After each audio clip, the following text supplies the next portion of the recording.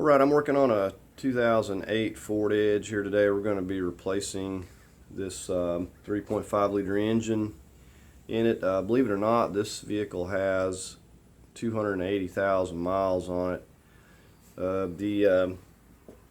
Basically the head gaskets and everything have failed on here. It's still drivable at this point, but it's not doing well. Plus, it's got a lot of miles on it. It's a really nice looking vehicle for the miles. I will say that it's a very nice looking vehicle. And I've already got the engine here. I'll go ahead and give you a quick look at that. Okay, and here is our replacement engine, and it come from up in Canada, I think, where I got it. It's got a lot of the road salt and stuff on it, but it's only 120,000 miles on this engine. I can't remember the price. We'll get into that later, but it wasn't too bad. But this is, like I said, a 2008. When the engines are basically the same, but when they started making the newer ones, they have basically two solenoids, like the intake and the exhaust on each side. And I have another engine over here. I can show you that. But this is actually a 2011, but basically the same thing. See where they went for the plastic valve covers, and they added another solenoid up here, or a VGT or whatever they call it. But anyway, we're probably going to get some new intakes on here. I thought about maybe putting some new valve cover gaskets. They don't really appear to be leaking, and don't know if we'll mess with that. But anyways, we're just going to go ahead and get started on the vehicle and get going on this. Okay, another thing I was able to do before working on this, because it was running, I was able to get it to the car wash, and I've cleaned the entire engine bay really good, pressure washed it, car wash, and even took some ramps, got underneath, done the same thing, cleaned everything. The suspension, everything, pressure washed everything down. It's just going to make it a lot better. If you can do that, or you got a pressure washer, before you get started, definitely go ahead and do that. You're not going to get all the grease and stuff, but it's going to be a whole lot better. So anyways, that's one thing that I've done. So we're just going to go ahead and get started chalking the tires, and we're going to get the vehicle, the front wheels, we're going to get the front lugs and get started getting the wheels off and getting it supported. Okay, we've got a 19 millimeter here. We're going to go ahead and start getting our lugs loose before we lift it up. We'll just do this on both sides.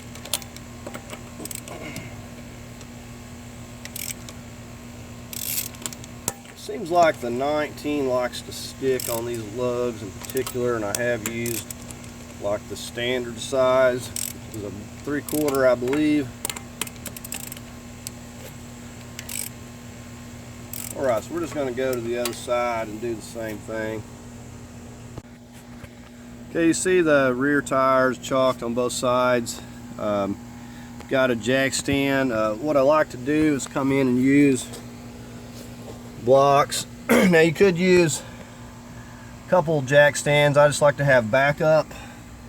You see how I'm on the frame, but I'm kind of missing this stuff right here where I'm not bending that.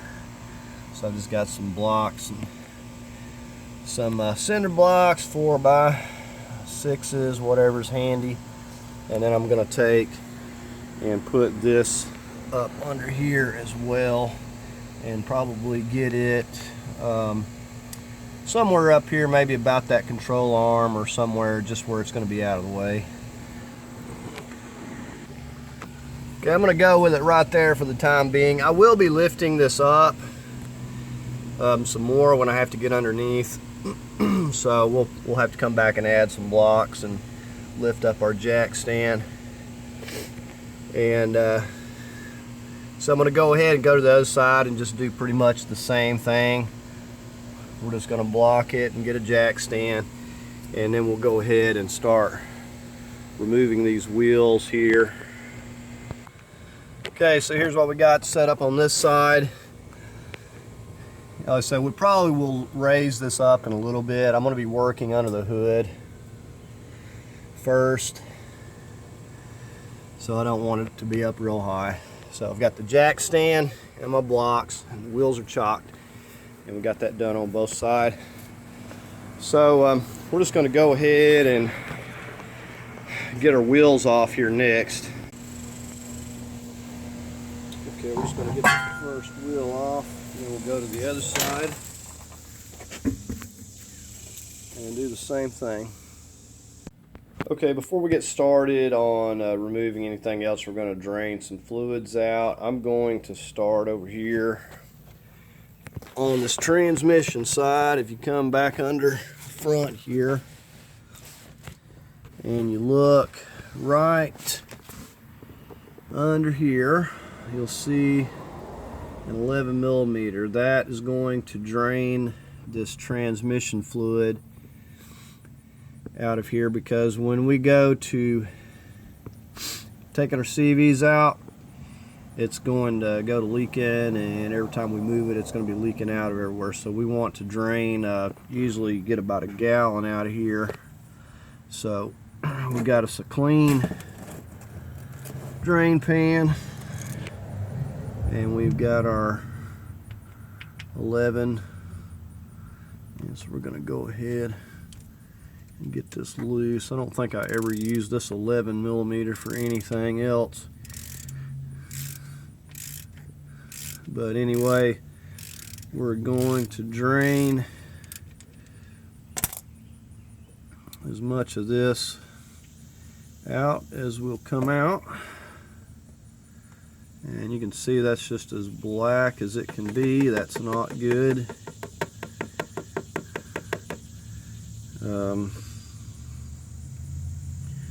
Sometimes the damage has already been done. You can't do much about it, but this is why, you know, you want to change your transmission fluid, because usually once it gets to this point, you're real lucky if you don't start having trouble.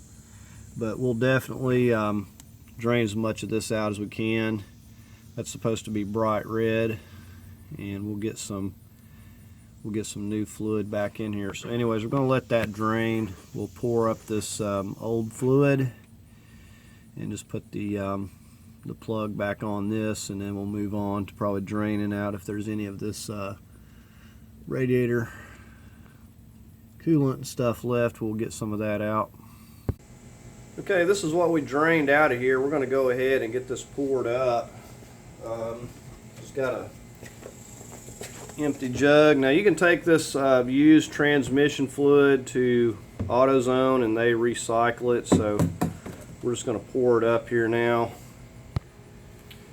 And like I said, I just like to pour this stuff up as I go, just to kind of keep everything cleaned out. Of course, I'll clean this drain pan and use it to drain other stuff in, coolant and etc. Now a lot of times if the coolant, like I said, if it's not just bad dirty, I'll reuse that.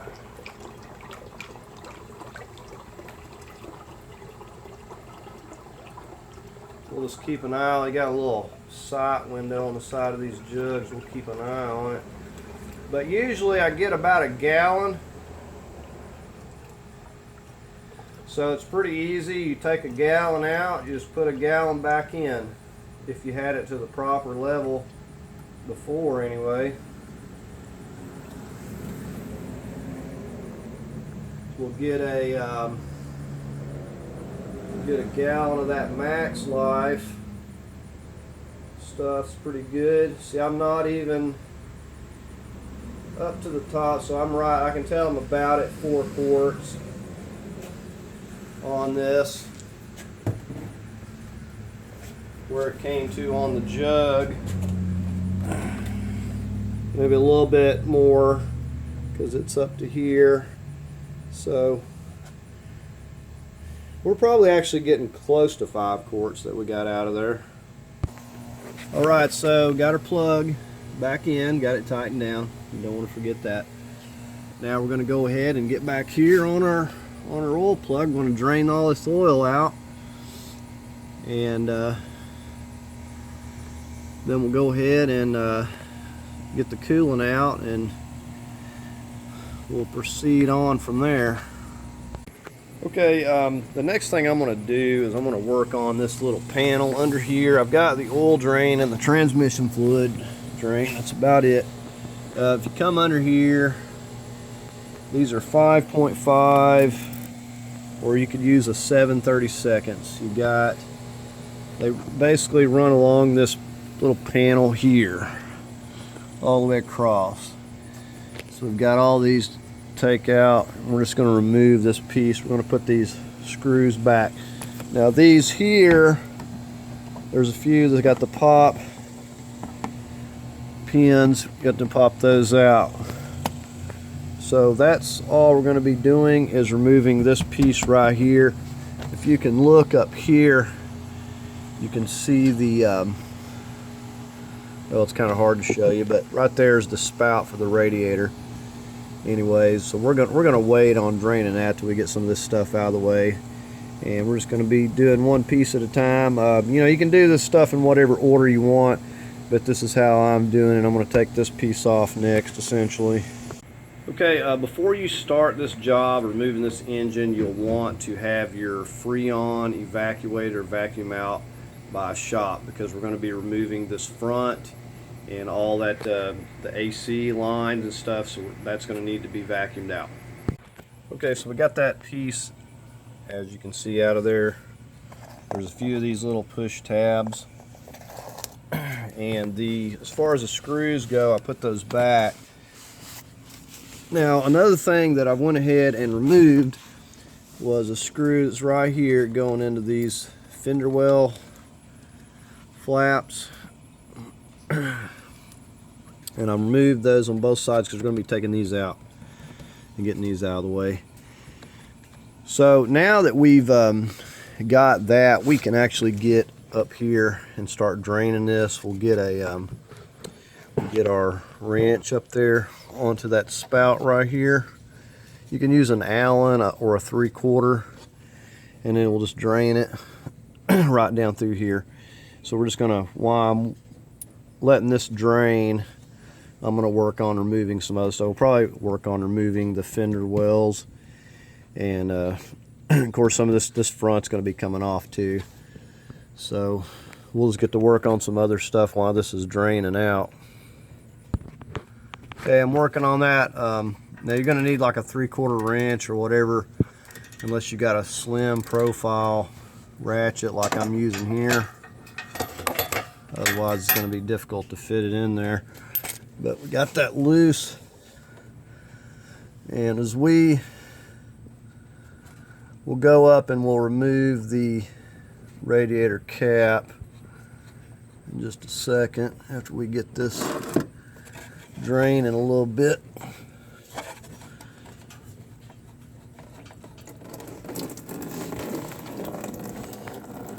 So there we go, and we'll get this poured up as soon as we get it drained out. So just get your radiator cap off, it'll start draining a lot better, so we can work on some other stuff while this is draining. Okay, we're going to go ahead and get this battery disconnected and get the, we're just going to take it completely out while I've got it on my mind. Okay, well I've got both of these disconnected. I won't be able to get it out easily without getting this out, but we've got it disconnected for now anyways. We're going to go ahead and get to work on these inner fender wells. We've just got these same 5.5 millimeters, 7/32. We're going to remove. We got the same little push pins. Just get under it with a screwdriver, pop it up. Try not to break them. So you can see the ones we have. We've done disconnected this down here. That was the two screws that were on the bottom flap. So that's disconnected. So we've just got these to get, and the snaps, and then these over here, and then a few of these. So we're going to do that. We're going to go ahead and take this inner flap completely out. Okay, so we're just going to start back here with these.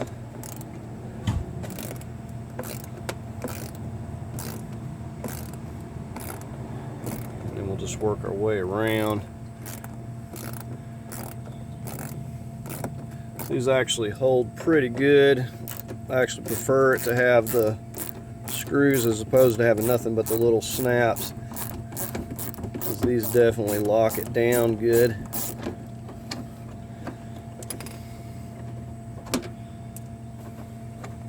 And this will slip out from behind this here. But definitely this needs to come out because you need to be able to get the other stuff, and it just helps to have all this out of the way. And you'll see as we move on. So we got those out. Right, now we'll work on getting these up here. Then we just got the one up in the top there. And then we'll get started on our little push pins. But these are pretty easy to remove.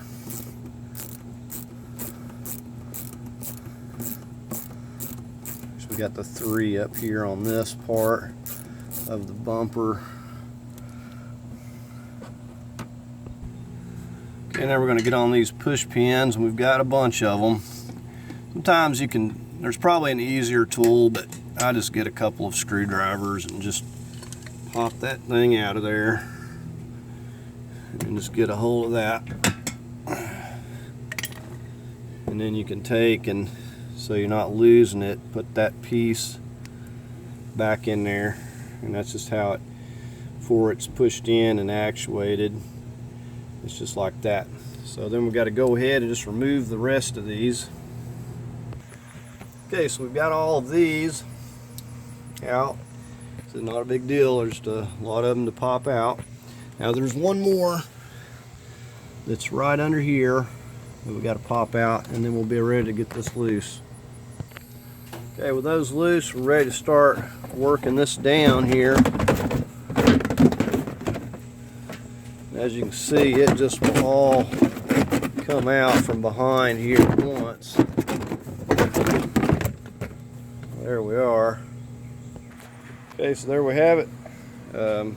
All loose, we'll just get that out of the way.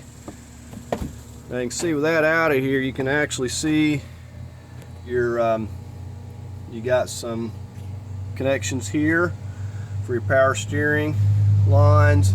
You know, you can get to your belts, crank pulley. You got wires running around here, so a lot of stuff that that we're going to need to get to. So anyways, we're going to go to the other side over there, and it's not that difficult. We're going to go to the other side. We're going to take that inner fender well out and just do the exact same thing. Okay, we got both of our fender wells out. We're going to work on getting this front bumper off. Just going to work on the lower stuff first. And you want to be careful popping this out so we're not breaking anything, but it does. It pops out of these clips, and then we're able to get this loose from this here. You see how it just pops out, it's clipped in there. Okay, so there's another look, it just clips. Now if these get broken, then you're going to have to come up with some other method of getting it to stick. There's just little clips it latches into. So that's all there is to that. We're going to do that on both sides. Okay, now with these loose, you've got a 10mm right there that's bolting into this light. We'll go ahead and get that loose. Okay, I'm just getting ahead of myself on the light, but go ahead and take these Phillips push pins. You got, see, 4 of these, and we're going to go ahead and work on these 2 10mm right here. Okay, and unless you got some fog lights or something down here to unhook, you won't have to worry about anything else. So you won't find any easier bumper to remove than this. So you're just going to start sliding it out, and you want to get a hand on it.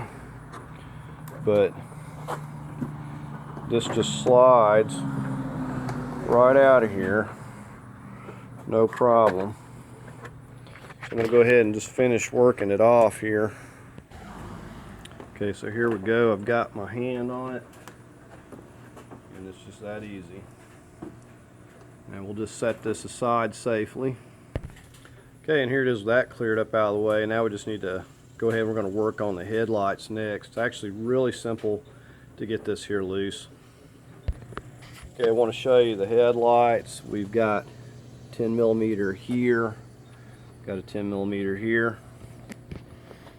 We've got one coming in up here, and then the one that I took out over there a little early on the side right here.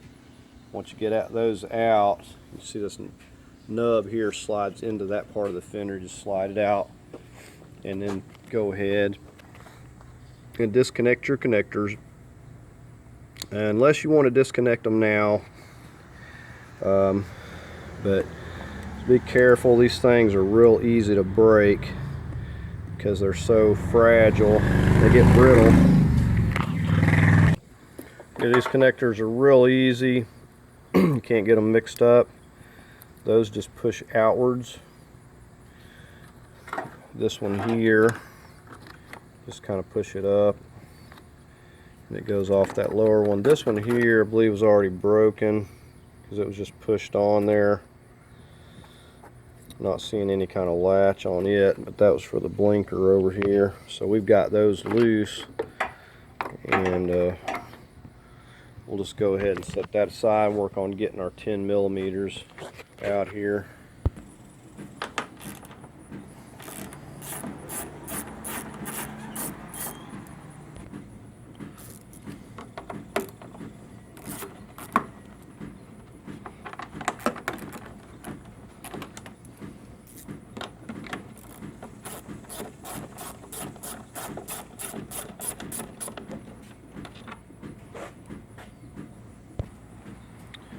And this is the final one here. So it's a good idea to go ahead and put all these where they go if you can. You're never going to remember what bolts and what. Okay, so we should be able to go ahead and just slide this light right out of here.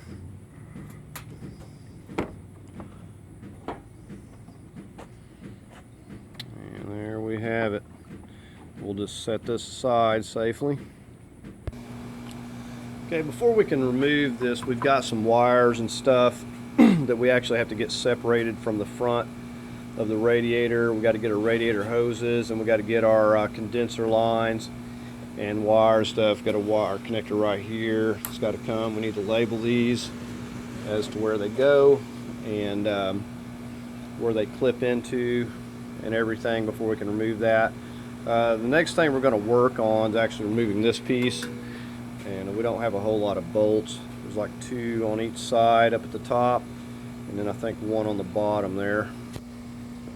Okay, so we got these 2 13s, and I've also took a marker and made a mark around this so we get this location back the same.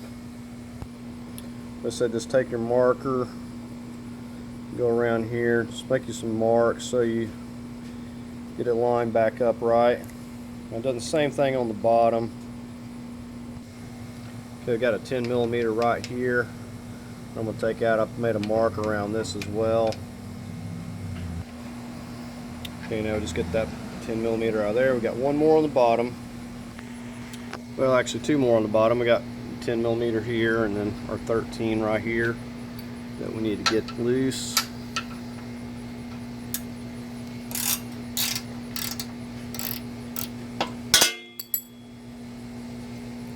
Go ahead and take this one completely out.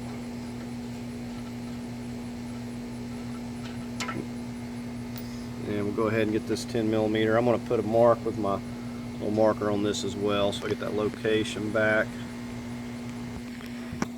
Okay, so there's that 10 millimeter. And that will drop down some, but it will be held by the 10 millimeter up there.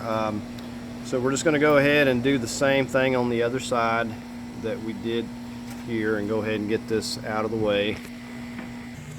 Okay, on this side, these power steering lines here are kind of in the way. So what we what we need to do is take them loose. There's 10 millimeters on those two studs, and then there's a 8 millimeter over here that I took out. You see that just allows you to move that out of the way so I can get to this, and I can get to this a little bit easier.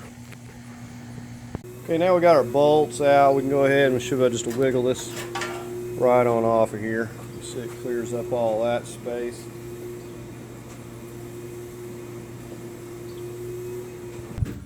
Okay, you shouldn't have any bolts sitting around, so if you do, go ahead and put them back where they go.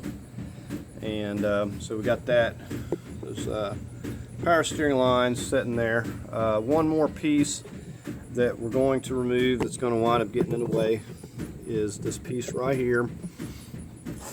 This is very easy. We've got some 10 millimeter nuts. Got a couple there, one more on the very bottom there. And so we're going to go ahead and just get these removed. Okay, so with those three out on each side, this piece will pull right off of here, or at least it should. So there we have that out of the way, and that'll make it easier so we're not having to work around that. We'll go ahead and just put these back on to the subframe here so we're not losing these on both sides. And so now we'll go ahead and we'll get to work disconnecting wires and the coolant hoses and everything, the power steering hoses, transmission cooler lines, etc. Okay, so we're going to work on the stuff on the front, and even though it may seem like you're removing a lot, getting this out of the way, you're going to appreciate it later, because you ain't going to have to work around any of the stuff. It's going to be so much easier, and things are going to go so much quicker. So we're going to start disconnecting and labeling these. You may have to use pick tools if these little latches are messed up. We want to label where everything snaps, or take a good picture, a mental image, so we know to get everything back to where it goes. So I'm going to start doing everything on the front, and then we'll work on the back side. Okay, on this one, these aren't one to turn loose. I had to come under here with a pick tool and actually push up to get that off there. So gotta be careful of that, 'cause sometimes you'll break them. So we're just going to get this labeled. Okay, with that labeled, we got a ground wire right here that we need to get removed and label this while we're here at it. This doesn't pertain to the front radiator shroud there for support, but we're just going to get it while we're here at it, while I'm labeling stuff. So we'll go ahead and label that. Just put your bolts back where they go. Okay, so there we have that. The next thing we're going to get is this hood pop here. You got some little clips that come through the bottom. If you don't want to damage them, you got to squeeze them and push them through with your thumbnail from the bottom, like that. And the biggest thing is, don't forget where they go. So got that one that snaps right there, and then it routes right through here, comes right out this hole, and then right up to here. So what we're going to do is we're going to take our 8 millimeter and get this loose first, and then we're going to disconnect this from the latch itself, because it's just easier to do with it removed. Now again, usually these have some locators, but I'm going to put a mark just in case, you know, on here, so I know to get it back about where it was. Okay, so here's the back side of our latch. All we need to do is get this part through here, which is pretty straightforward. Also, this needs to feed back through. You just push this in. You could use a screwdriver or just push it in with your hand. It is kind of difficult to get in there with your fingers. Let me get a flat screwdriver. Okay, with a screwdriver we can just push in on these flaps to get it to push back through this hole here.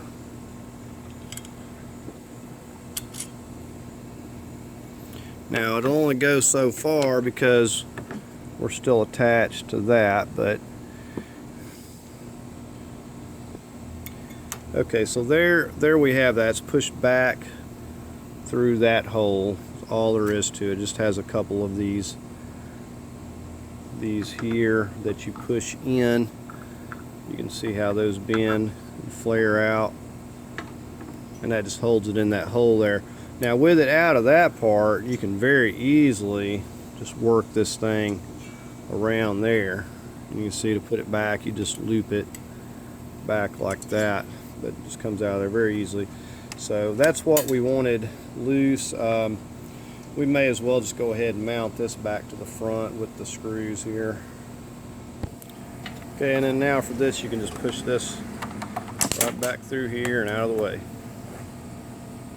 Okay, so we're going to go ahead and get this wire loose like we did the one on the other side. It's got a clip there. Unclip it, pop these little tabs out that are holding to the wire. Okay, and this is what I was using to pop these loose. I seem to break them less with this than I do anything else. But if you just get under that, you can see how they really grip.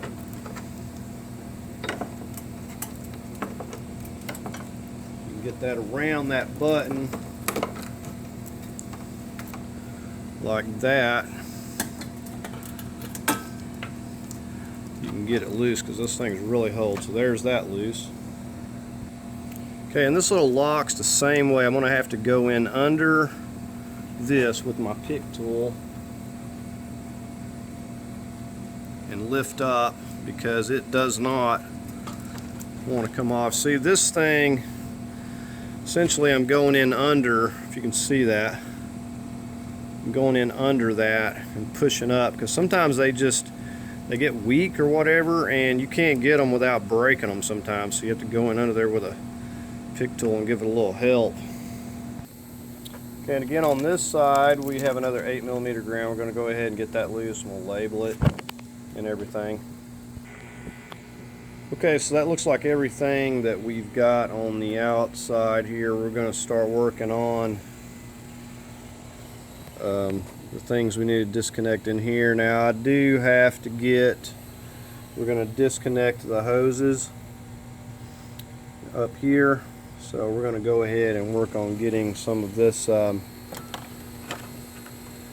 box and stuff out of the way.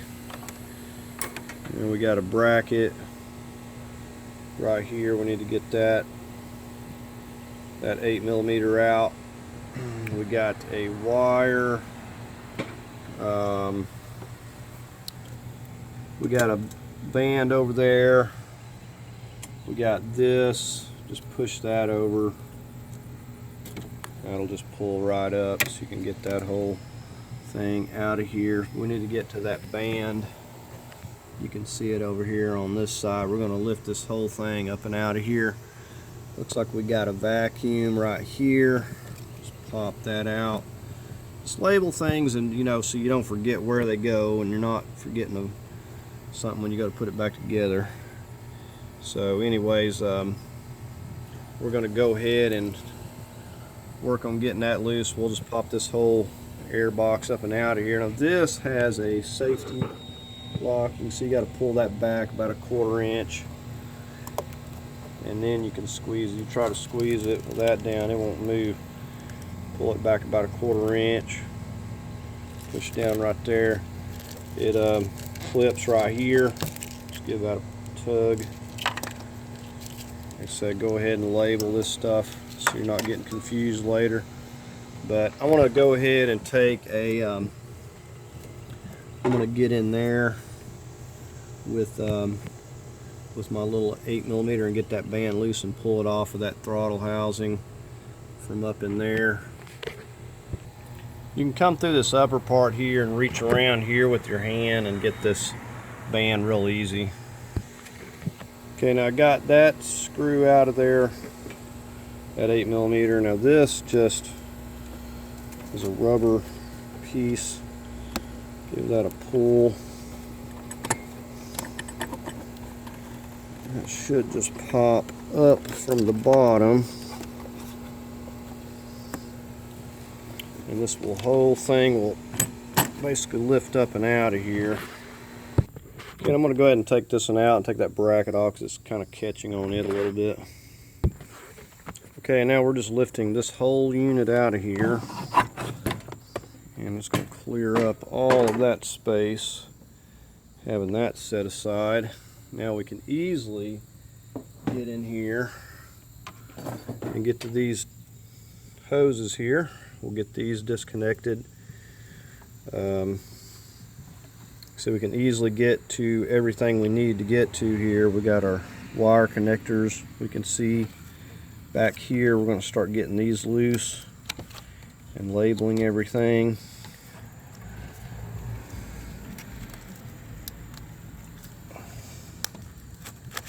And that one's on the back side. You got to push down. So we've got that loose. This is snap down with these. We're going to pry these up and off of here. So we'll be mindful of where things go. We've got our transmission lines. We're going to need to disconnect those. Got some quick disconnects down there. We'll just keep working our way around here, but we've just about got this, and so once we get this piece out of the way, we'll really be able to get in here and get something done. Like very easily we can get to everything we need to from up here, start climbing under and getting some things, but it's not very difficult, and this clears up so much room and makes the job so much easier. Okay, we're working this big wire loose, and it snaps into this here. You just take a little screwdriver, pop it out of that clip, and then it's got these holding it down various places.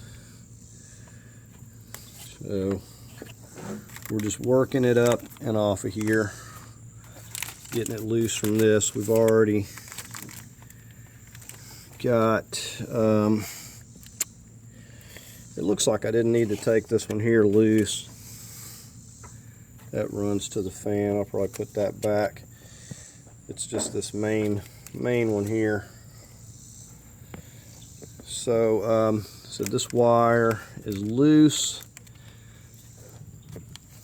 from the front here now.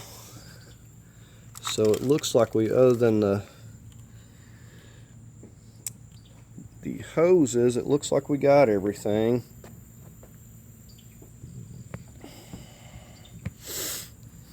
And we'll deal with this wire in a minute if we need to get the rest of it out of the way. So we're going to go ahead and disconnect these now with our pliers. Oh, and you'll want to make sure to get something up here to support your hood, because you're going to be taking this loose, and this is where your hood prop is. So I've got safely, you know, make sure you get some boards and stuff up there. Okay, like I said, you can only do this on an empty system, or you're going to have to keep your condenser and everything connected by removing everything from in here. But remove this clamp. We're going to disconnect this 13. We're going to just tape the end up.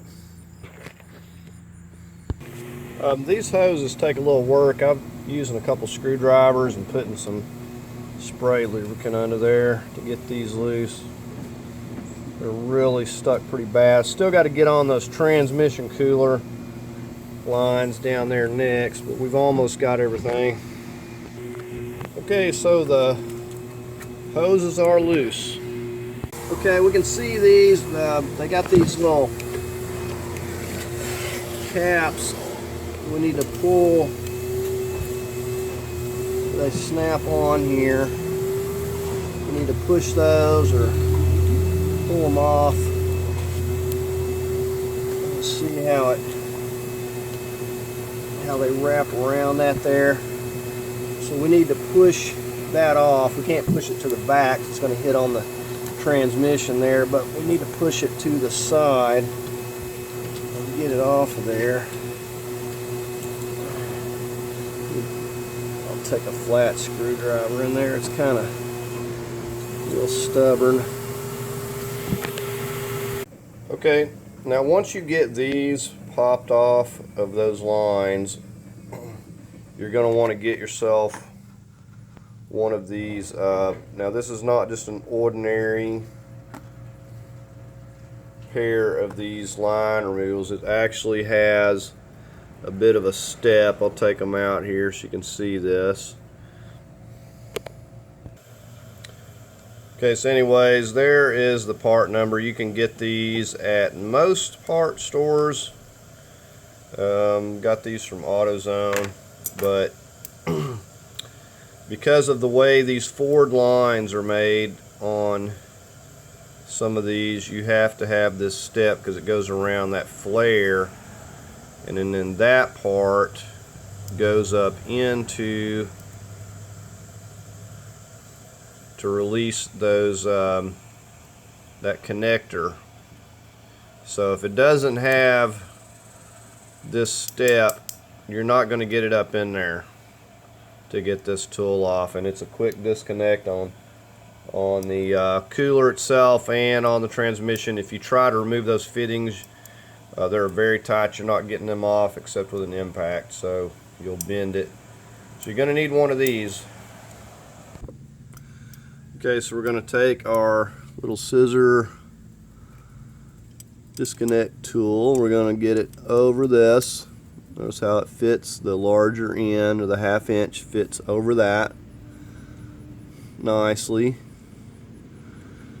So just like that. And then the step actually goes up in here, and we got a pan under here that we're going to, and this may not come real easy. These things can really be stuck, so you may have to wiggle it around and work with it a little bit, but it should release.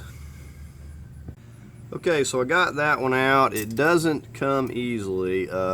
Like, even though, you know, you got to push this up in here firmly, and I had to work with it off camera there because my camera was kind of in the way. But if you push this up in there, you'll know when you get it seated, and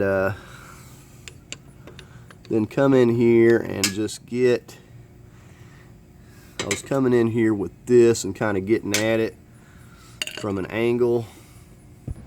Okay, let me see if I can show you this. Just gently, I'm using the pry bar to help me pull down while I'm pushing up on this. And once you get it, let me see if I've got it far enough. No. So I need to go up a little bit more with it here. Said this has got to be pushed up in there firmly. And you heard it click a little bit right there. Now I have to maintain a little pressure on that. I'll push this down. And hold on, I'm getting in my way here. Okay, I think I'm out of the way. Let's try this again. Said it's very hard at first to get this loose, and this keeps wanting to slide down. I said it took me a minute on that other one there, working with it, and I even had to use a little lithium on the ends of these, but it's just really stubborn. It will come out, but it is very difficult to get these loose at first here.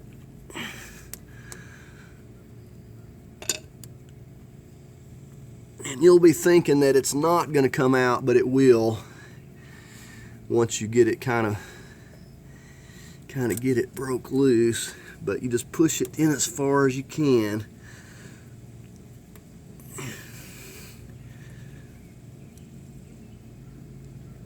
And see, this one is not wanting to cooperate with me at all. I'm going to put a little more lithium on the ends of these and pop it back up in there again and try it. Okay, so here's try 3. Let's see if it'll make any difference. Okay, I think I got it there.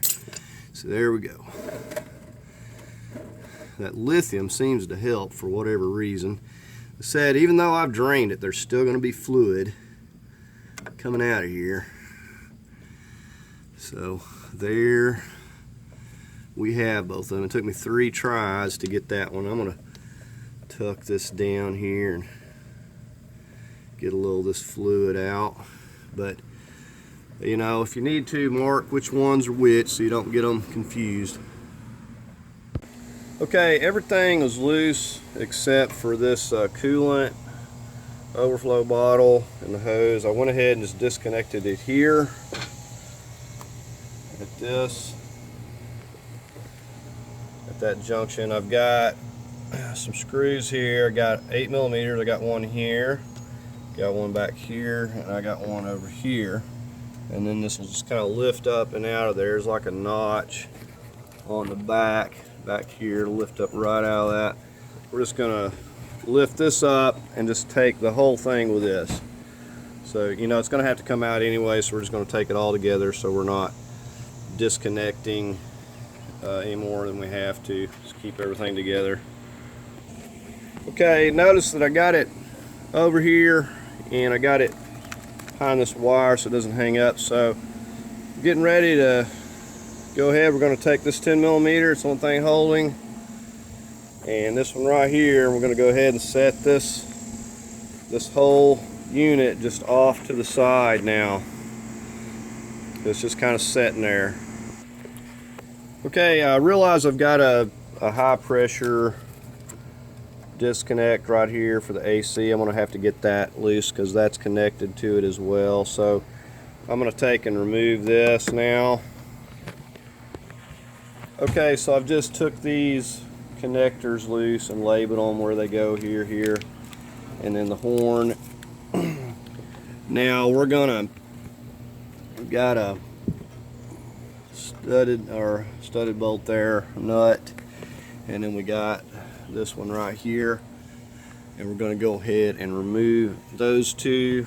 And when we get this loose, it'll start leaking out, so I'm probably going to pour this up because I'm just going to disconnect them here and here, and then we'll pour this stuff up into a jug so we don't lose it. And I'm just going to go ahead and set this aside because it's going to be in my way right here, and plus it would be in the way getting the engine out anyways. So we'll just go ahead and get it while we're at it here. Okay, so I'm just using a long 1/4 inch extension here to get these on this tank. Okay, I'm going to snap this off, just push on these. Okay, you're going to need one of these plastic disconnect, AC line, fuel line disconnect. This is a kit I got, so you get these from any part store, and you just go in here and find the appropriate size. And that one in this case is the red one, and so it just slips on there because it has a split. Just slip it over the line and push it firmly up into place, and then pull these apart.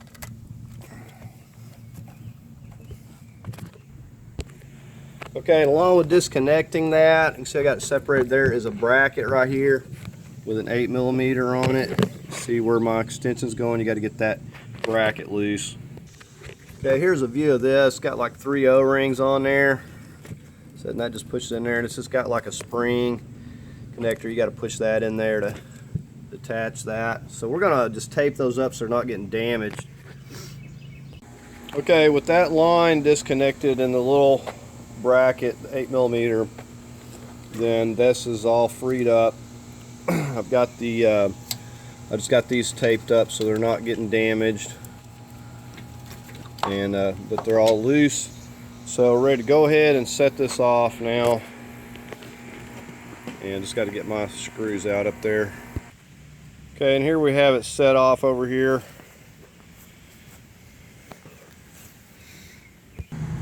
Okay, now as you see, we can easily get to everything in here. So most everything has been done, the fluids are drained. So we're just going to go ahead and start working, probably getting the exhaust and everything loose. This exhaust is going to have to get swapped over, and but I don't have to remove, all I have to do is remove it from underneath and pull it out of here. But the way it's sitting here, I may go ahead and remove the manifold because this one's in better shape, it looks like. So anyways, we're going to get underneath, start disconnecting some exhaust.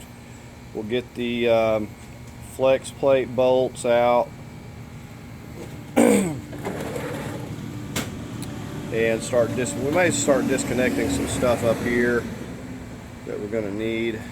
And we haven't even got started on our CV axles, but they're not a very big deal to getting those out. So I may just proceed on removing stuff and labeling stuff up here while I'm at it. Okay, we're just going to get started disconnecting stuff up here and we'll get things labeled. This is just going to kind of be in the way, even though we could disconnect it from the engine over here. We're just going to go ahead and start disconnecting this. These have a safety tab. You need to get in there with a flat screwdriver and push down and pull that back. Okay, now you can also use like a pick tool, just get right here, just push that down. So now they'll just snap. You want to cover this up with something just to make sure you're not getting any water or anything in it. But once that's, we'll go ahead and we can pull those back out of the way. Very simple. So we're just going to start disconnecting things from the engine. I mainly want to fold this back over and out of the way so it's not getting damaged. We got a ground wire right here. We're going to get that loose. It's another little piece right here. We want to get these grounds loose, and then we'll start disconnecting some other things here. Okay, this up here is just a 10 millimeter. As long as it's not seized up, it shouldn't be any trouble getting this off of here. I have seen them where they just seize onto the stud because of rust. But all I'm doing is taking this tin off. And we'll want to label this as well. You want to make sure that you're putting things back where in the order and everything they're supposed to go. And again, always put your bolts and screws, nuts back. You're never going to remember where they all go. Okay, and again, we have this quick disconnect here. We're going to want to get this thing off. Said you just squeeze that and those come off there. But we're going to go ahead and slip into the back side of this with the appropriate size and disconnect this big low pressure line. Okay, and there we have that loose. It said it just has the 3 O-rings just like the other one, which they're pretty handy for connecting, and they're pretty good connectors. We do have to get that loose because it's attached to our compressor, and we're just going to get it out of the way by taking it loose here. And I'm going to tape a rag around the ends for protection to make sure it doesn't get damaged. Okay, we're going to go ahead and get these loose here. We got a big connector here. Like I said, you got the little tab. You got to push down with the screwdriver. And then this one is pretty There's that one. So we got that loose. Let me get my pick tool here. Okay, so we need to, some of these are a little bit harder to push back than others. Okay, so I had to use a flat screwdriver on this and it was pretty tough. So it's got a clip there. It needs to pop up and off of as well. And I probably broke it, but whatever. So there's that.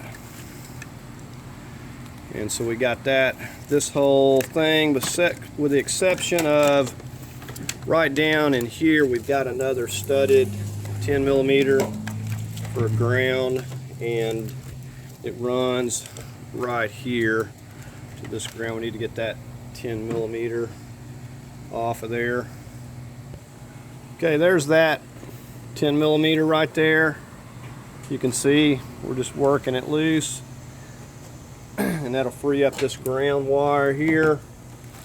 So just about got it here. So sometimes these studs will seize in there and it makes problems. Okay, so that's going to free up both of those, and that one's kind of stuck together. That's all right. This other end ran up here to the firewall. Okay, and back over here, these wires kind of go down, clip onto the studs, so pull that up and off of there. So we pretty well got everything freed up here. So we'll make sure we got everything labeled. Now we got another ground here for the engine, and we'll go ahead and we'll get that out of there. It's got a strap. We'll go ahead and take that loose. Okay, now that ground is an 8mm. I'm just taking that out. Okay, I've just been removing this battery box. There's a 10mm here. These both probably were 10mm, but I don't know, because they were completely corroded and rusted. I had to chisel them out and break them off. That was supposed to be a stud. But anyway, we got it out of there. So you may run into that, I don't know. But it was completely full of debris and the bolts had rusted in there, so that's what I had to do to get it out. Okay, right here we got our shifter cable. We're just going to pop it up. I've got a pair of spreaders, and they work pretty good for popping these up. We're just going to pop it up and off of there. That's all there is to that. Okay, we got the front part of that loose. Now the back part, you push in on these tabs while you lift up on each side. You got a couple of tabs. You have to push it in and lift it straight up. Okay, it's a little bit stuck, so I had to wiggle it, but you can also push in on both sides. There we go. See the nubs on each side right there? They just go down and lock into that. So you're pushing those in with a pick tool or screwdriver, small screwdriver. Okay, pop the safety lock back on this one. This runs to the transmission. So none of these are going to pull apart easy. These big ones, they're really tough. Okay, with that loose, that just frees that up. We're going to come up in here. So we got these wires running over to the engine there. We're going to get into this box. We got a 10mm. We'll just go ahead and take that loose. So we're only taking loose what we need to take loose. Okay, and we got that out of there. That pops loose right here, up off of that stud. Make sure we got that cable free there. Now we've also got a connector right here. Squeeze down and disconnect that next. Okay, now we just pan over here. We're going to get this negative. We got the 10mm. We'll just take that loose. Put your bolts and nuts back. Okay, and like I said, take the time to label stuff. You don't know how long it's going to take you to do this, and you waste a lot of time trying to figure out what goes where, and then you're not quite sure and you're second guessing yourself. So it's just label everything, and then you don't have any confusion. So looks like we've got our wires. See, this is not in the way. This wire running around here is not really in the way, and we can come up above that, and if we simply pop it out right here, it'll drop down even lower, and you can see we can clear this no problem. There's no need to remove this from over here, and I could bring it back over to this side, but there's really not going to be any need in doing that, so I don't want to do any more work than we have to.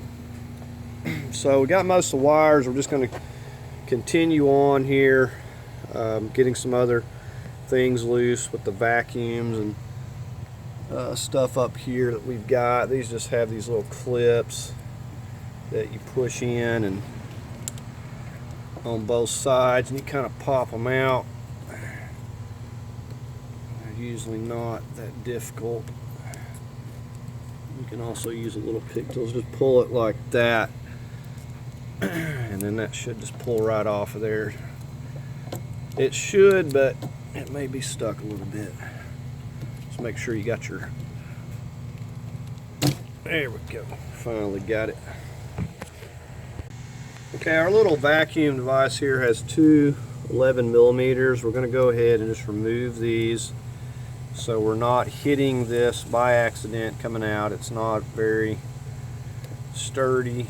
We don't want to bend it or hit it, so we're just going to take these two off and just completely remove this out of the way.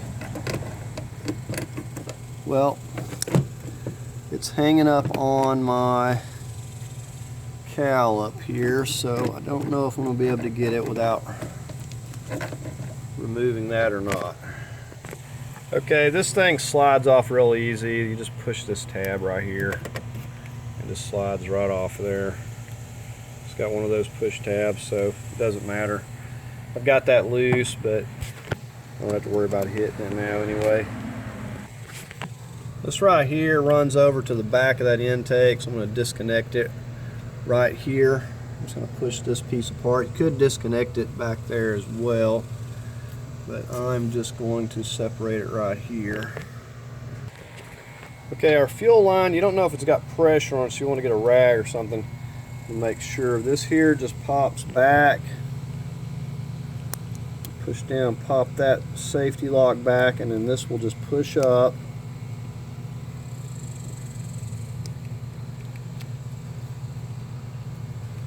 Push up the other side till this releases here. You got to pull in, push that up a little bit till you get it about that far. We'll get a rag around this. Okay, now it also pops into a clip right here on this transmission. You have to go in there and push these tabs in so we can pop that out of there. Okay, and now there we have that loose. Now we're going to go ahead and get these heater hoses loose right here while we're at it. We'll just mark them as to where they go. Okay, I just stuffed those hoses back up there for a minute out of the way. Now I had to use this big long pry bar to kind of push these off. They're really tough to get off of there. So we got our heater hoses loose. We're just going to continue on. Looks like we've got most everything as far as electrical. I know we're going to have a few things in the back. We've got, it looks like, pretty much everything I can see from up here. So I think we're going to start working from underneath at this point. because we about got everything up here that we need to get. So just other than the exhaust, I think I'm going to start taking some taking this exhaust loose and everything. Okay, so we're going to go underneath here. We're going to look right up here. Got a 15 nut we're going to take loose. 15 here. Got one going up to that exhaust and cat right there. A couple 15s. And we're going to also take this and this out. So basically just going to take this section out of here. Now I could just drop it down, but it'd be more in the way, and I could remove the rest of it as well, but I'm kind of going to get this section out and probably put a support at least under that so it's not just hanging down on that flex back there. So we're just going to work on removing these here, these 6 15 millimeters. Okay, I had a little mishap with one of my bolts on this piece of pipe. It snapped off trying to get it loose, but it's okay. We'll just deal with it. We're gonna knock this thing out, drill it out ever how it wants to come out, and we'll just put a bolt back in there. It's not a big deal. This one on this side actually came off no problem. Okay, it does come out of there like a wheel stud, but not without a lot of persuasion anyways. But we got it out. We'll just put a bolt back in there.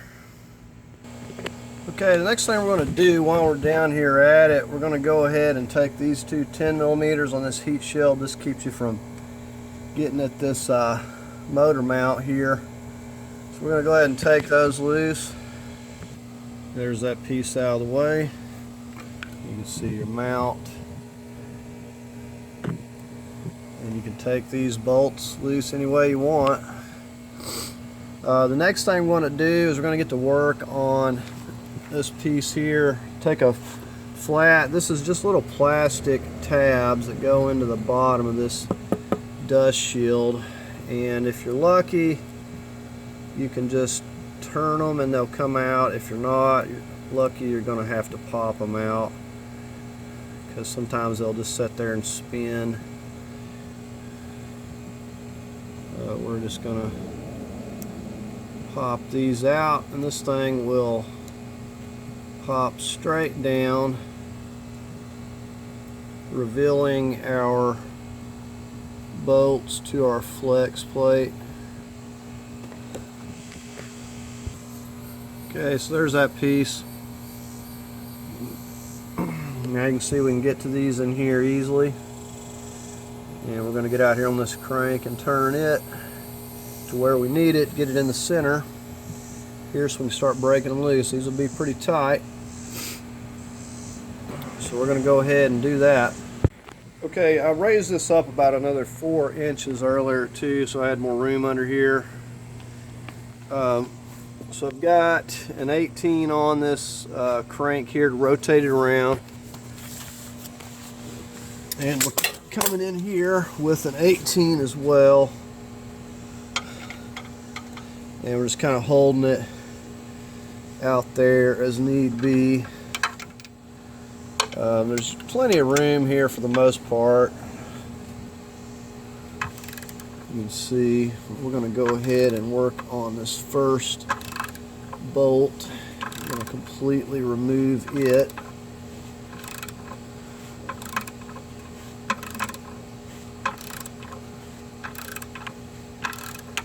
And they're going to be really tight. This has got kind of a foot-long handle on it, so I can get some leverage. There's a lot of Loctite on it.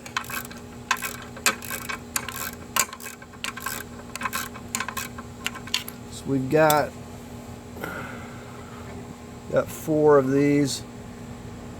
You can see. So we're going to rotate that crank around and we'll get to the next one here. Okay, so we're going to rotate it around here.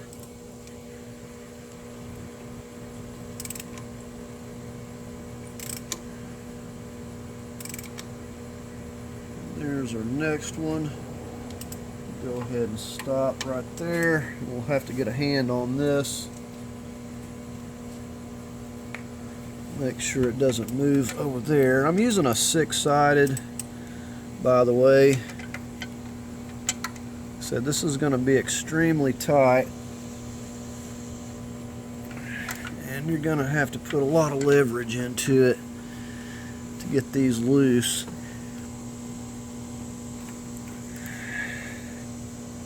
So that Loctite really holds it really snug at first.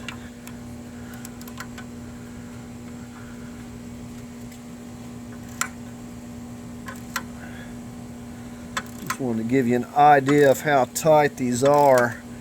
So you really need something to get some leverage on. Like I said, there's lots of room here in this to get your ratchet where you need it.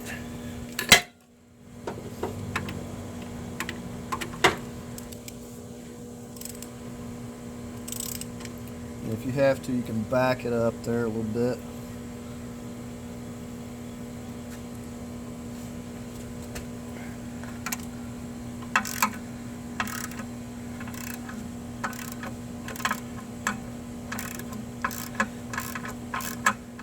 I believe there's 4 of them. I could be wrong.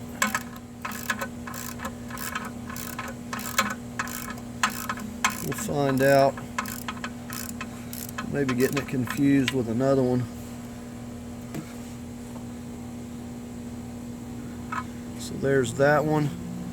Go ahead and rotate it some more. Find the next one. It's not real hard to turn this crank, but it's not real easy either. Alright, so we'll see if we can get this one here loose.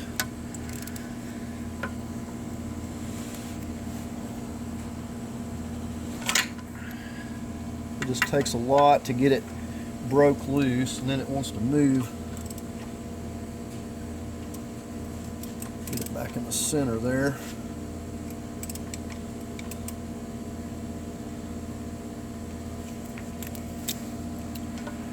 Right. And it's moving on me still.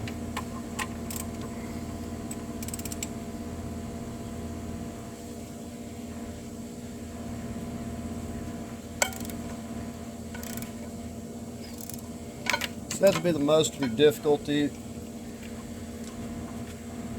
Just holding your ratchet, keeping it from moving while you're messing with this here.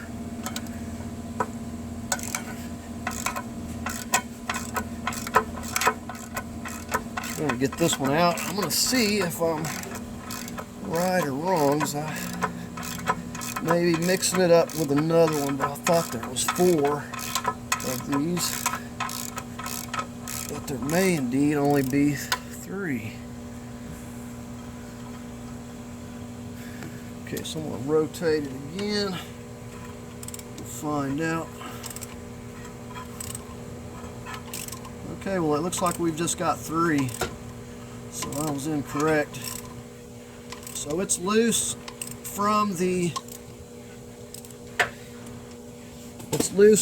torque converter, as you can see. The next thing we're going to do is we're going to take these lower bolts down here, the ones that are down here on the bottom, that are going to be difficult to get to when it's setting off. So I'm going to go ahead and do that. I believe these are 13s. So we're going to go ahead and just take those out. Okay, there's those bolts out of there. Now, I'm not taking that mount loose yet because I want to work on these CV axles before I go to taking that loose. One thing that I am dreading is taking this power steering, these lines loose. I'm going to have to get those loose from either the pump or the rack or whatever before I go to yanking the engine out of here. I'll have to get a drip pan, but anyways, we got the flex plate bolts out, a torque converter. We got these 4 bolts down here I wanted to get that are difficult to get to on the bottom, and I think I'm going to go ahead and switch over to removing these CV axles at this point. Okay, so the first thing we're going to get started on, this line right here has a 10 millimeter. We're going to go ahead and remove this bolt so we can loosen up some slack. Okay, and then that will just pull off there right there. Just put that bolt back there. Okay, next thing we got this 19 right here. We're going to come in here with our big extended handle ratchet, and we're going to go ahead and start taking this loose.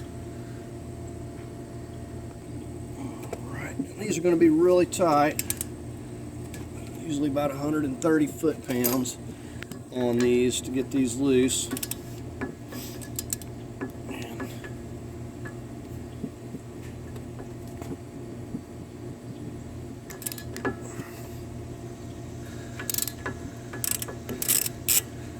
So there is that one.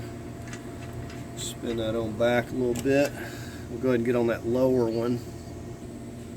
Okay, so here we are on this lower here. Go ahead and get this loose.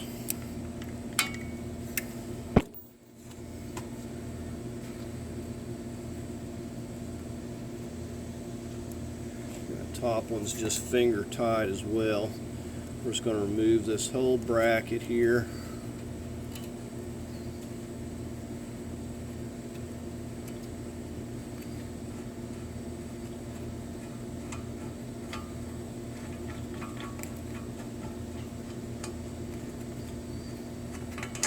See, those are some pretty good size bolts there.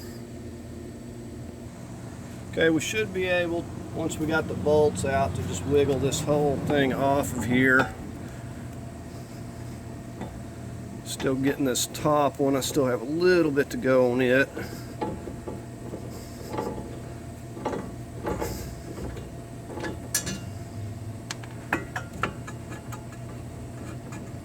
Okay, so we're just going to set that there a second. I'm going to get my wire ready. Okay, and there that is wired up out of the way nicely.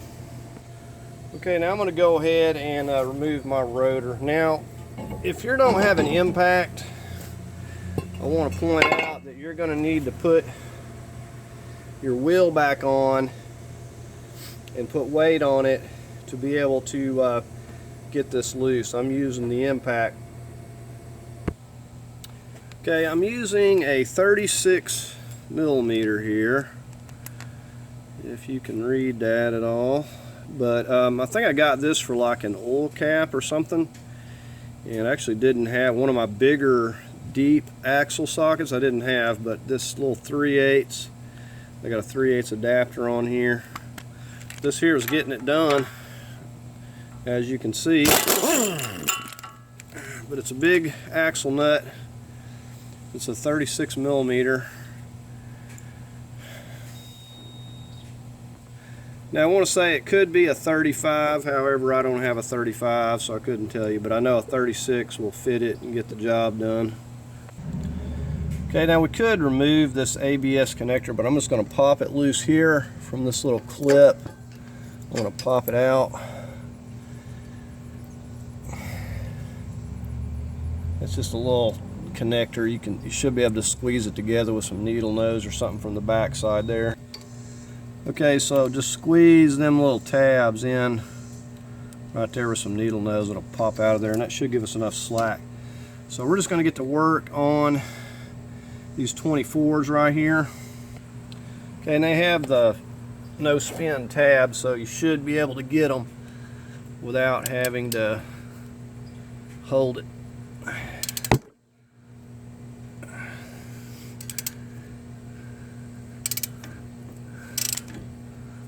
There you can see that tab starting to spin there.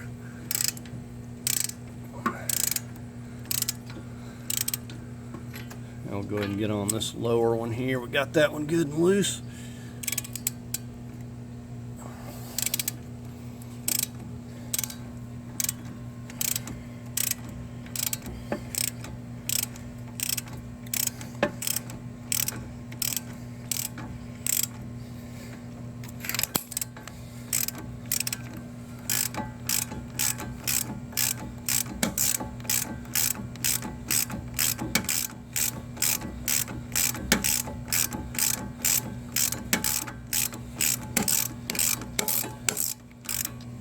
So these are some pretty big bolts. These are self-locking nuts. They have the Teflon on it. Alright, so I'm going to go ahead and just get that upper one off. Okay, before we go to do anything else, we want to make sure that this is movable.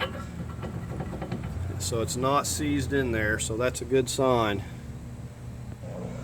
Okay, now you notice how they have this little extra end on here. Now you could put the nut back on and tap it, but if you just gently, I'm not saying roughly, just gently tap it out of there, you won't do any damage. So if it's giving you trouble, then you need to put the nut on there and tap it and go a different route. It may be seized up. Okay, we want to just finish tapping these out gently from this side.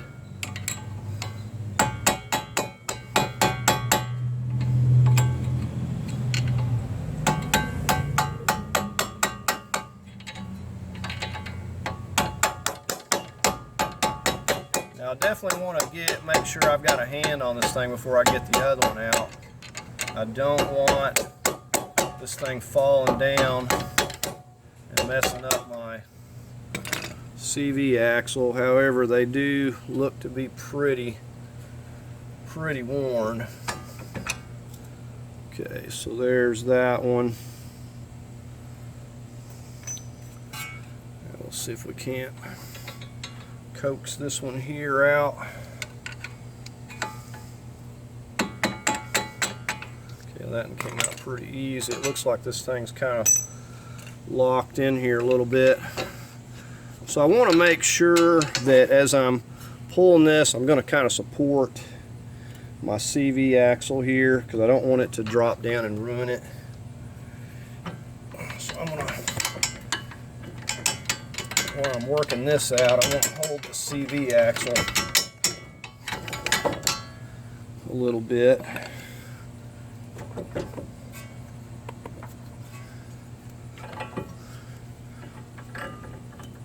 So we're just almost free here.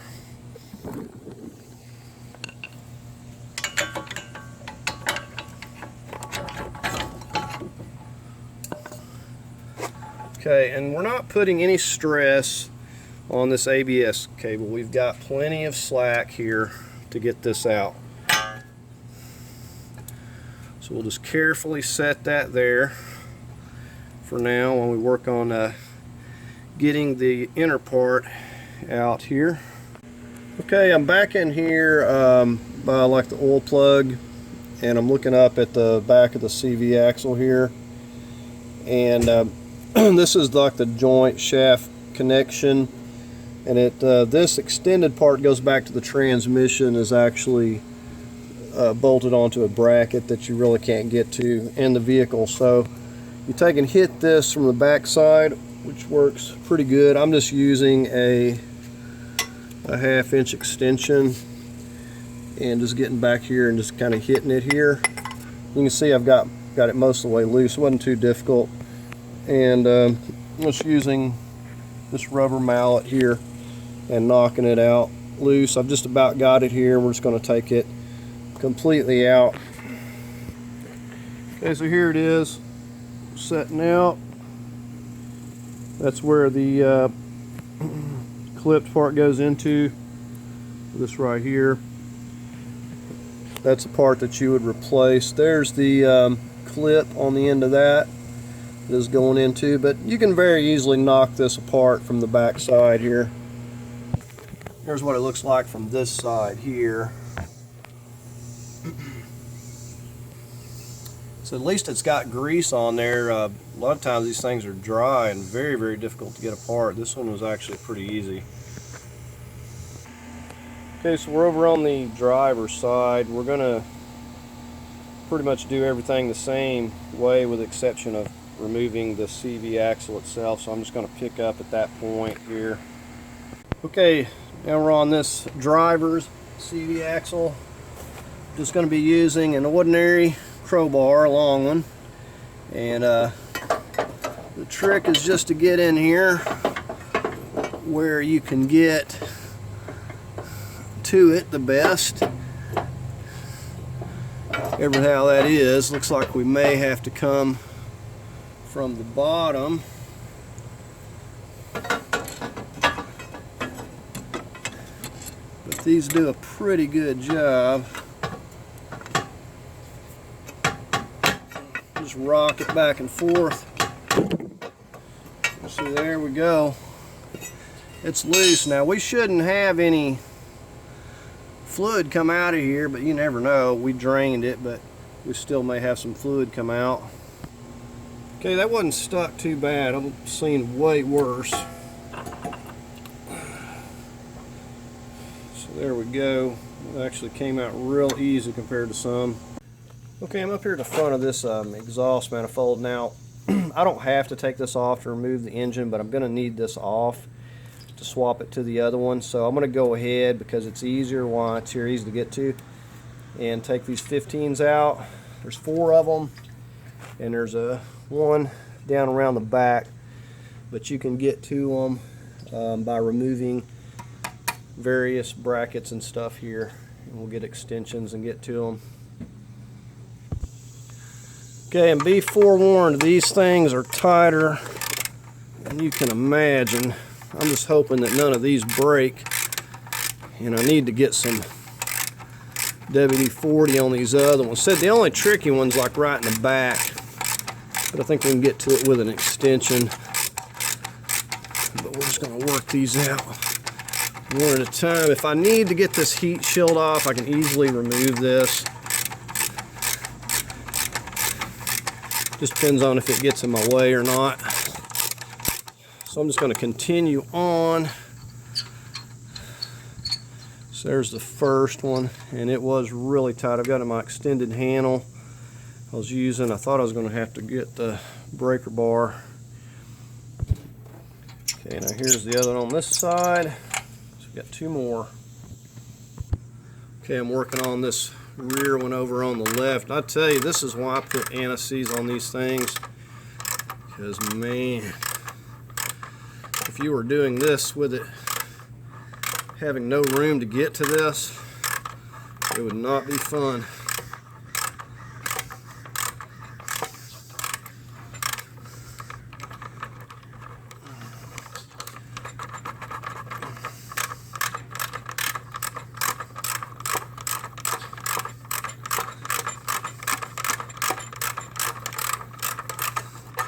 Alright, so we got 1 more to go, and I'm going to have to figure out how to get to it.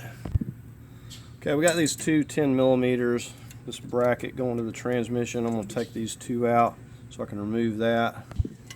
Okay, I'm just getting the final one back here.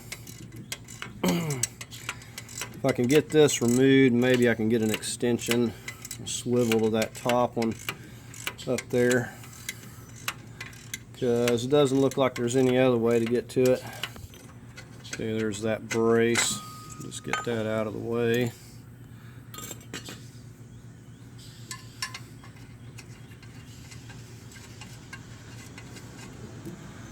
Okay, so I'm going to try to get back there with an extension. Okay, I got an extension going up to this back here, and it's working out. I probably didn't even need the swivel. Okay, so I'm working it out of here, and that's the last one I got.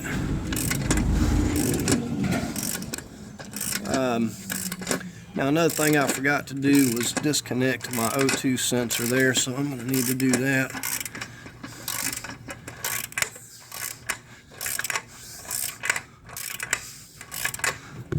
But we just about got it. A little bit more here.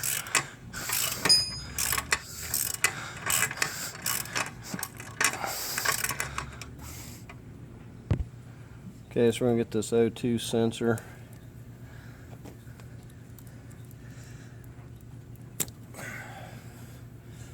There's that. Okay, now we should be able to take this down if we're not caught. We'll just go right through the bottom here. Okay, so I'm dealing with this power steering reservoir. There's a couple of 10 millimeters holding it down. There's one in the back there and one up here. We're going to take that loose because it's easier just to stick this over and take it with the engine. And I've disconnected it. Got a clip here to get, but I've disconnected it right here. It's very easy to disconnect, and just draining it down here, very easy to drain the fluid. And I'm going to take a similar approach at the back. I'm going to take it loose where it's going to be the easiest for me to get to it. We got one more line, a high pressure. This is like a return. You got the fill tube going down to the pump, but then you got one more line going to the back of it, and you can't see it at all from up here or below, but it's going on to the pump itself, the high pressure. So we don't want to disconnect it there. It's going to be way too difficult to see or get to. So we're going to try to disconnect it probably over on the rack itself. And doesn't matter, like I said, as long as you get the 8 millimeters holding the line down, we're essentially going to be taking, you know, the power steering and everything with the engine. So as long as that line is loose from the rack, we're going to be fine. You know, this is going to be loose, so we're just going to raise it all up and out. So that's the only other thing I'm dealing with here. And then we're going to go ahead and see about hooking up to this thing maybe today, if we don't run out of daylight. And because I'm just about ready to start taking it out of here, or at least start checking it out anyway. Okay, so I'm back here. If you find the center mount here, essentially, you just come back here and you'll find the rack. Now I just wanted to show you that up there is the pump, and that is the highest pressure line. As you can see, it's not very easy to get to. So we trace the line down here. You can see it running right along through here, and right here we have where it attaches to the rack. Very easy to get to it here. I could even use an extension and get back here very easy. So we're going to take it loose here, and we're going to let it put a drain pan down here for it to drain as well. But that's where we're going to take it loose, and then we'll carefully stick it up on the engine or whatever there so it's not getting damaged. And another thing we have to do though is we have these clamps here, and it's like being held back down with like an 8 millimeter, if you can see those. It's like kind of hard to see what's going on with those, but anyways, we've got a couple of those. We have to make sure this line is loose or we're going to have problems. So that's the only thing I'm having to contend with right now. And then we're going to just start hooking up to this thing and see what we can do. And we're going to make doubly sure that we're not forgetting anything. It's very easy to miss something and then you wind up breaking a connector or something. So anyways, I'm just going to get on this. I believe that's a 17. We're going to get that loose. I'm going to take these loose first. I don't want this thing dripping on me down here, but we're going to take these loose first. We got one right here. We're going to take that, and then we're going to get on this one right over here and get it loose and separate it from that line there. Okay, so you got to take some pliers or a screwdriver, pry that band up so you can pop that out of there. Same thing over here. Now I guess I could have done that without taking the 8 millimeters out, but I didn't. So anyways, I've got that off of there. I've got a extension 17 millimeter big ratchet. We're going to get up here. We got to get a drain pan. I'm going to have to get out from under here too as I'm getting this loose, but you get the idea. I'm just going to go ahead and take that loose. It's got a stop on it, so it'll only spin so far, or it should as you're taking this loose. It's got a like a stop up there. But anyways, we're going to go ahead and get that loose and let this drain for a minute. Okay, and as you get that loose, just set that down there and let it drain. Don't lose your little copper washers, but I'm just going to let it drain there until it gets tired of dripping, and then we'll see what we should be about ready to start pulling this out of here. Okay, up top here I'm going to remove these 10 millimeters, the grommets for the air box. Okay, this is how I'm rigging this up. I've just basically looped a couple of straps. These are seatbelt straps down under the mount there, and then over here kind of the same thing, except I'm just utilizing this one spot right here. So we're going to just get a hold of it in the middle. I'm going to go ahead and hop under and get that center mount loose, and then we'll get our lift over here, and it's nothing to it. We're going to zip this loose. We do have a couple that are hidden down here, forgot about, so I need to get those. However, it's usually, yeah, we'll do it that way. We need to get, there's one on the back just like that. We'll get those out. I'm just going to lift the whole thing up. Same thing over here. We're just going to take those two loose, and then we got one back here in the back. I can't really show you because everything's in the way, but right there, we're going to take those, and then it'll just lift the whole thing up. So I'm going to get under and get that center mount. Okay, we've got a 15 right here, and we should be able just to get this bolt out. See, it's got a welded nut on that side.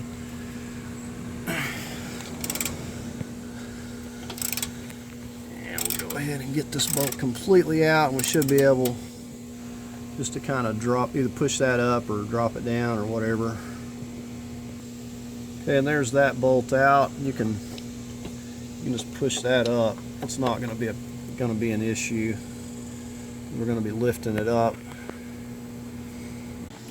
Okay, I was going to remove this with the mount and this connected, but I was able to get 3 of these out. For whatever reason, they're like seized up in there, lots of Loctite, whatever. Couldn't get the third one back there out at all, and there's like no room to get to it. It may even be messed up.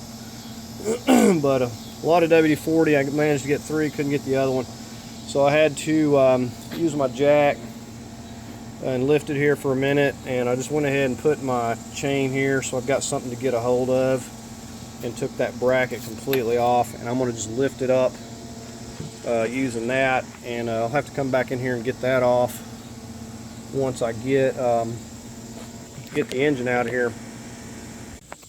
Okay, I really would have liked to have gotten this out of the way, but I couldn't. But I'm slowly working it out of here and just carefully double checking. But it seems to be coming out okay. I'm just kind of watching these lines on the transmission and cables and everything. This side here seems to be alright. Just got some wires thrown over here. I'm going to get back there and take another look. But everything should be freed up. This side is not really giving me any trouble, but this side here is, because of this mount. Those bolts were seized up, whatever. They must have put a ton of Loctite on them. Could not get those out of there. Had to take the stud off of this side as well. But other than that, it's not been a problem. Everything's been really easy until I ran into this mount, and those bolts don't want to come out of there. So, this mount is shot too.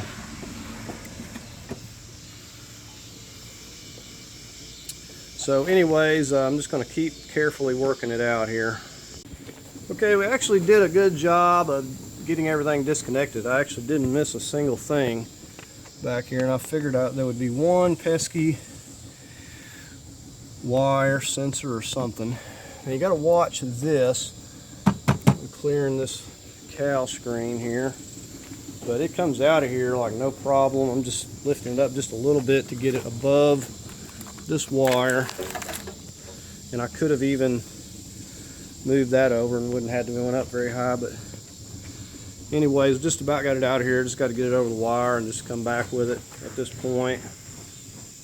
Okay, here we got it out. Just setting, not quite setting down. Here is what this looks like. Very easy to do a rack and pinion, looks like at this point. But anyway, this is the pesky bolts. I don't know what's going on with these things, but man, I would hate to be doing a motor mount and have to go in there and fight with that. Those do not want to come out, and they're so hard to get to and everything with the mount in there. Of course, you can take that other piece off and then get to them like this, but with it in the vehicle, very hard without lowering that that transmission and stuff out of the way. So we'll get that on out of there and see if probably about rechasing those threads and stuff on that. But you see, it's really not that bad though. That was the most trouble I've had with any of this. It's like been really smooth going, smooth as you can get. Here's the back side of the engine. You see we got the stub on the CV axle and everything's still on there.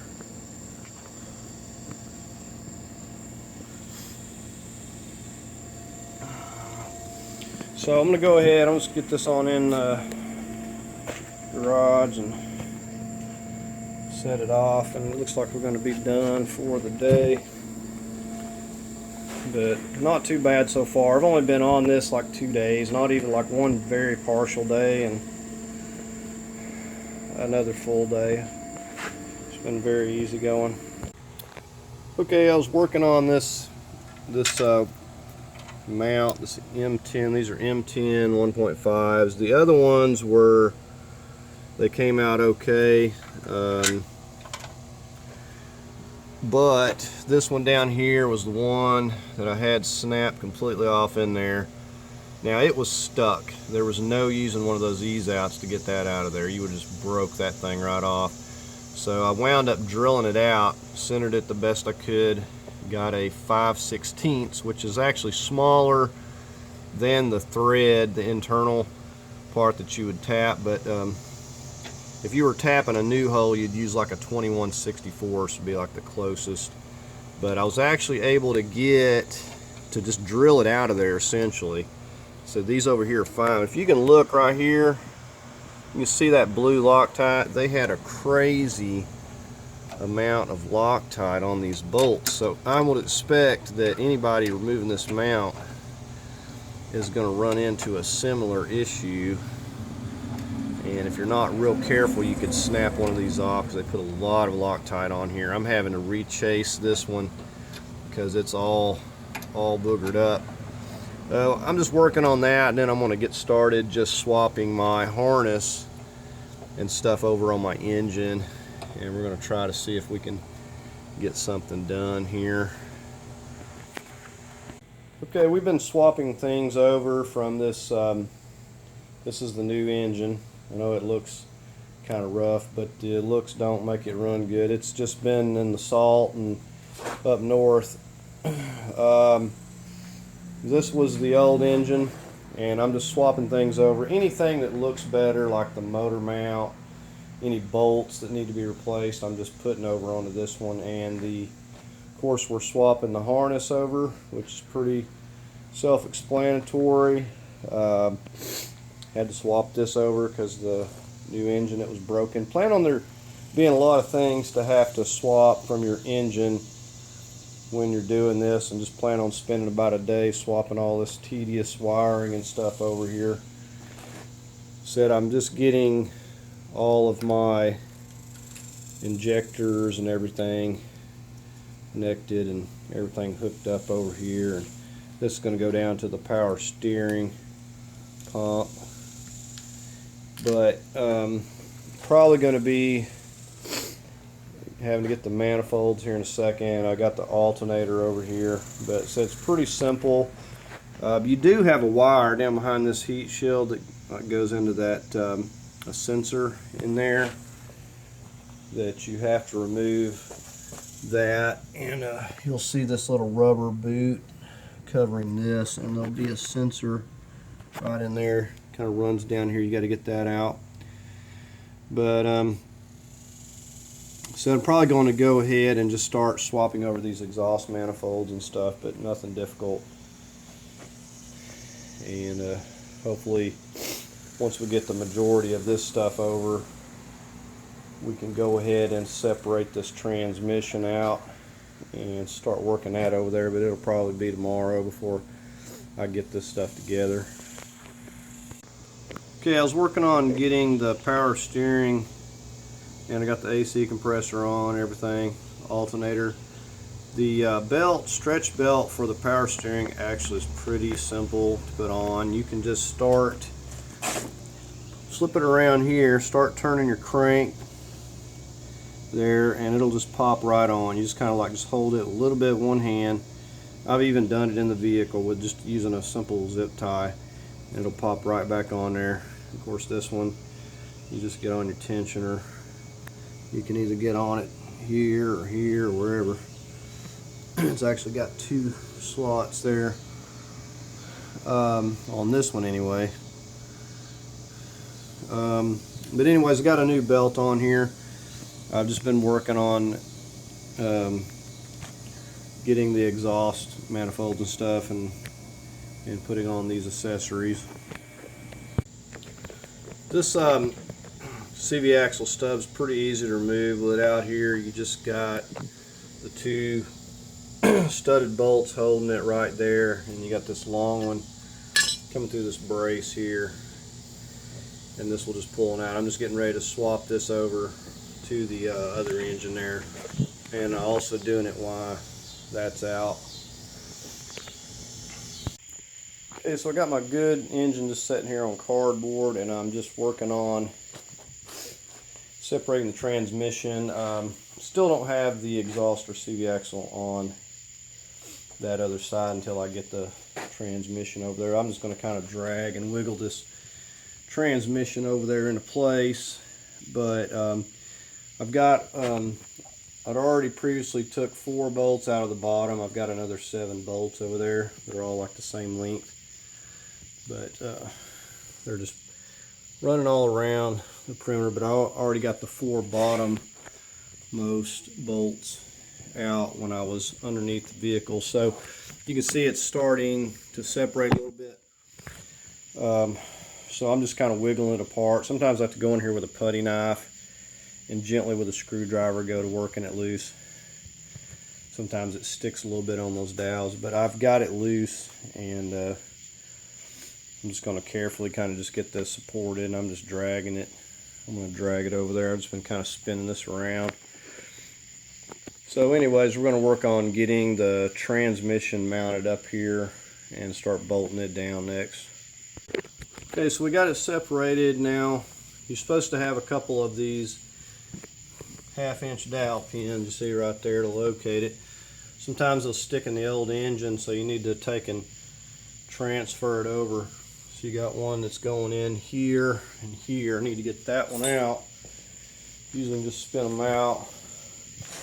This one's stuck on the transmission side. That's okay. It can stay there, but we need to get the other one and get it over here on the engine. We're going to wipe this down a little bit, clean it up. Make sure your torque converter's down here on the bottom where you're going to be putting your nuts in. Also, if you do happen to move this thing any, make sure you spin it clockwise and make sure it's fully seated, or you'll have problems getting this to mate up. So just getting ready just to slide it over here in place, and we're gonna go ahead and mount this up here and start, or get my dowel in, and we'll start getting some bolts in this thing. We're gonna be using some medium Loctite. Okay, and if you can ever get one started, usually you're home free. So I kind of got this side here where the dowel is started real good. I still don't have the other side in, but once I have that, it's real easy to wiggle this into place here. Okay, so we got it bolted up. I'm just getting ready to go around here and torque these to 35 foot-pounds. Said we did get Loctite in them as well. Okay, we pretty well got everything hooked up here. I'm just put this part of the mount on. I'm going to attach the other part when it's on the vehicle. Those ones going in that mount underneath on the firewall are kind of difficult to get to, but it can be done this way. And I'm just using this as one of my lift points. Just got a couple of, you know, if you're using these straps, just make sure you tie them good and make sure that it's not going to catch on any connectors or something that can get in a bind and damage. I've broken connectors and stuff with these straps, so you just make sure that everything looks good. Do a little test run. Other than that, they work really well and actually level. You know, if you get a hold of it like this, it actually levels itself out pretty well going in. So we've got everything hooked up, like all the connections and everything are made on the engine. And our starter, we got the starter in. We've just reattached these wires, are routed back where they go. You know, the ground up there is back where it goes, and these other wires are just kind of laying here. Everything's going to be pretty well ready to hook up once we get it in there. So like I said, this is day 4. Spent yesterday just moving stuff off the engine and putting the transmission up here. You know, there's a lot of stuff to move over, the exhaust manifolds and gaskets and everything, and swapped over a lot of bolts because the bolts that were on this engine were rusty and corroded. I swapped over as many as I could, so it's not problems down the road with trying to go to work on something and you got a rusty bolt and then just rounds off, and then you're going to have to hunt down another bolt. So just taking care of a lot of that stuff now. So we're going to go ahead, at this point I'm ready to go ahead and start working it in the vehicle. So we're just going to kind of do a quick check over, make sure everything's tight, and then start working it in. Okay, it's a good idea to make yourself a little checklist to go through as you're putting things back together. And another thing I did is went ahead and these lines here for this power steering, I went ahead and reclamped them because I'm just going to slip that line back in and just bend those tabs over. Wasn't any need taking those out. I got this bracket back on that I took off. Just kind of making sure everything is up here out of the way where nothing's going to get damaged, and we're ready to go ahead and just start at it here. Said I've got it over here. I'm just going to get my lift hooked up to it. Okay, so we got it attached there in the middle. You can see it's leveled out pretty good there, so we're just going to start working it over towards the vehicle here. And as you can see, you don't have to have it up very high to get it to moving, but it's definitely a heavy engine to tug around. Okay, because this thing likes to spin around every which way it wants, I keep a strap on here as I'm working it in, so I'm able to keep it pulled around the way that I need it.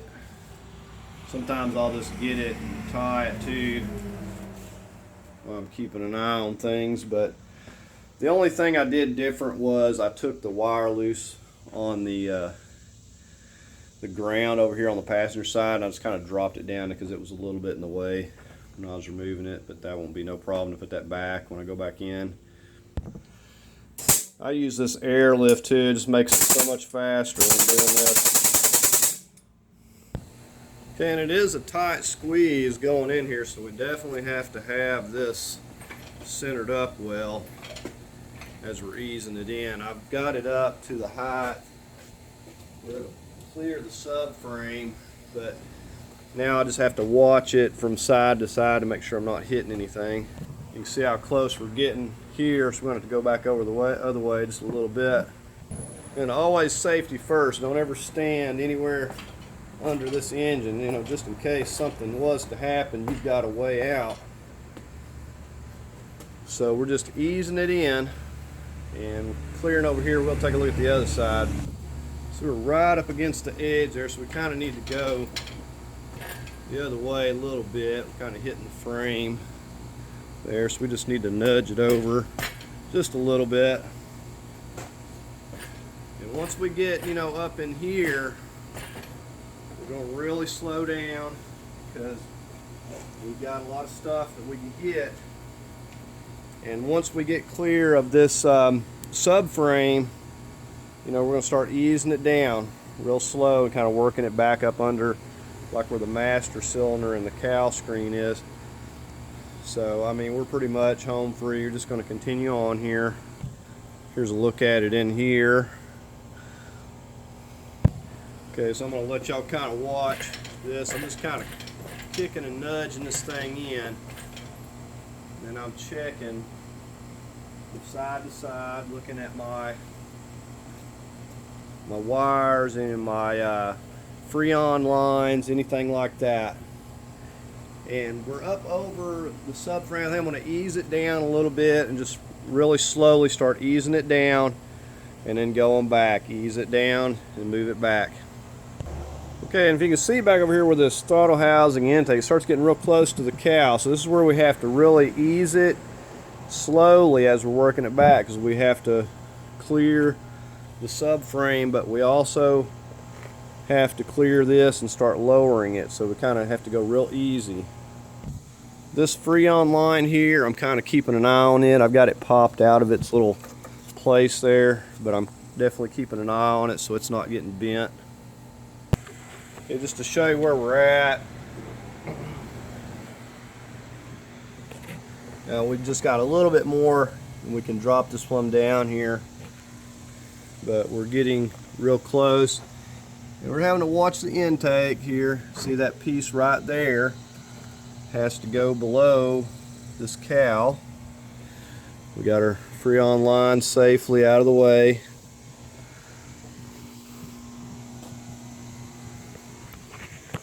Everything over here is fine. The main thing is just that little nub on the intake.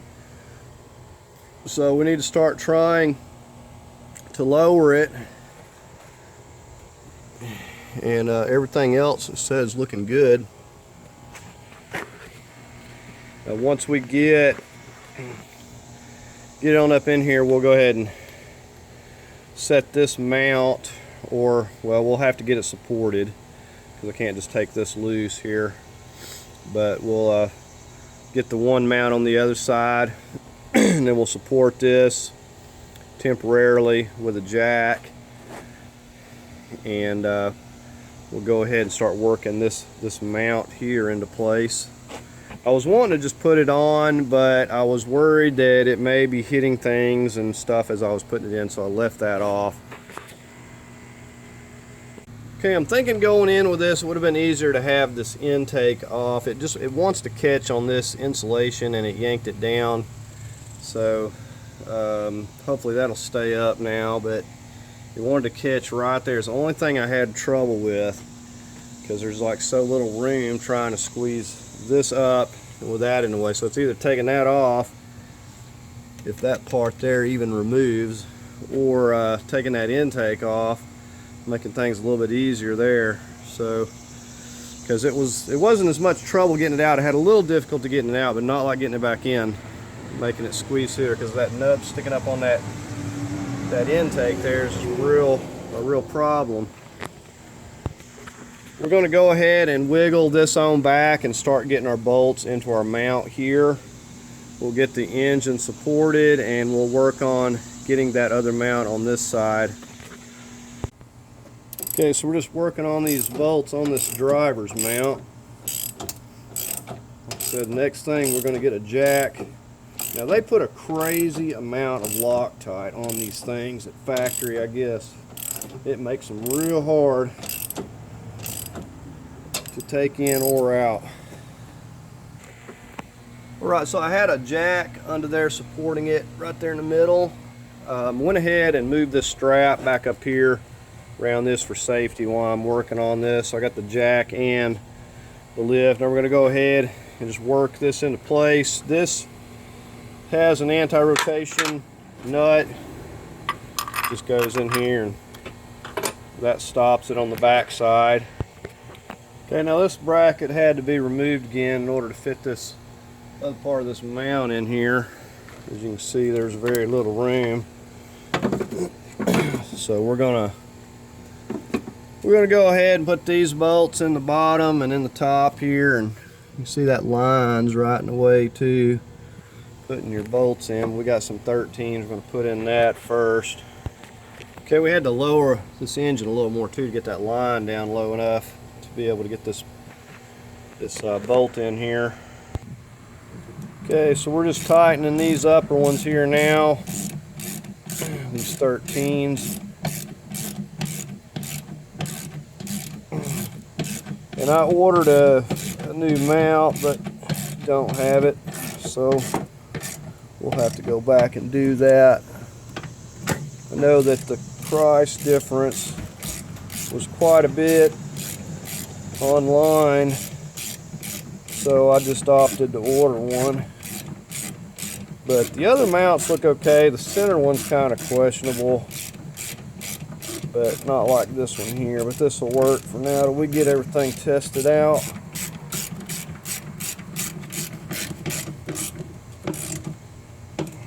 So anyways, we got this. We'll go ahead and get our other bracket over there on. Okay, so now we're getting ready to tighten up this big bolt on this mount here.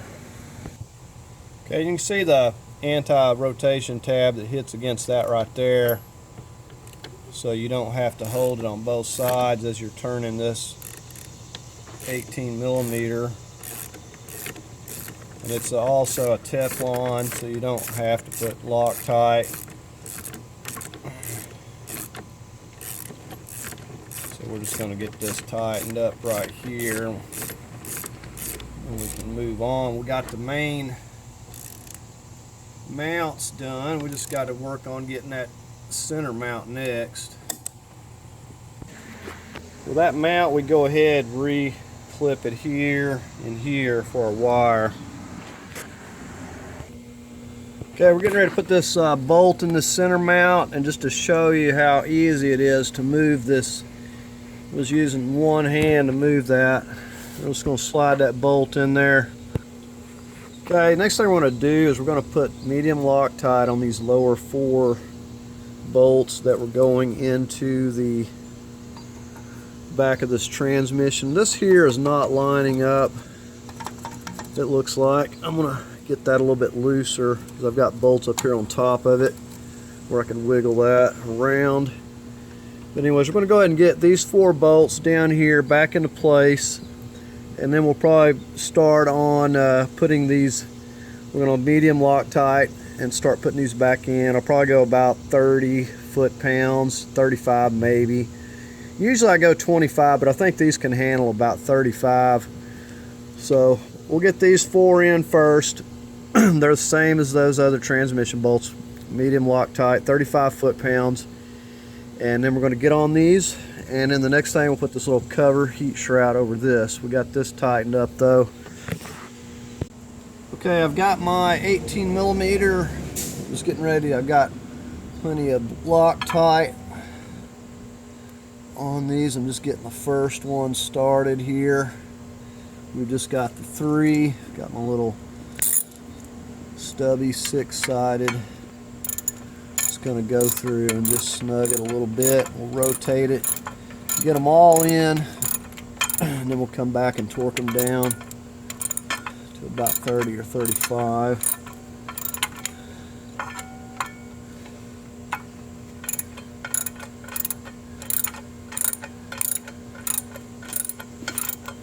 And it takes a little bit to get them. So there's the first one. Now we'll go ahead and rotate it on around. Alright, here we go with the second one. And if you can't, it's a good idea to have it loose. See, like in this case here, this one's not lining up, so I'm going to have to go back and loosen that one off. Okay, so I went back and loosened the other one off, and now this one will go in. Just make sure that you get them all started and in before you snug it down, like I did that first one. I had it a little bit too snug, and the next one wouldn't even line up. So don't do that. Okay, and I'd point out as you're rotating this crank around, if you do have good compression, it's going to be a little bit difficult to rotate it. Just rotate it clockwise. But this is the last one right here. And I'm going to go ahead and start torquing this one right here. I'm going to go hopefully 35. I believe the last ones I did about 35. Usually the smaller ones I'll go 25. These here are a little bit bigger than some. I think that they might be able to handle 35. I'll start out 25 and see what it feels like. So we're going to go ahead and get our torque wrench and set it up here next.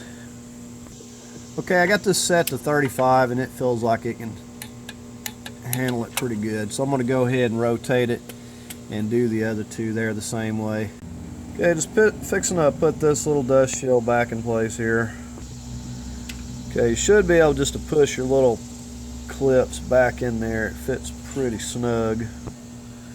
Okay, I think we're going to work on putting this exhaust back here, and just make sure that you douse these down good with anti-seize. Hopefully the next time, we're going to be doing them all like this. Hopefully the next time you have to mess with it, it'll come off easy. Okay, so you have to kind of put this whole thing up at once to get it to go together. It fits so tightly.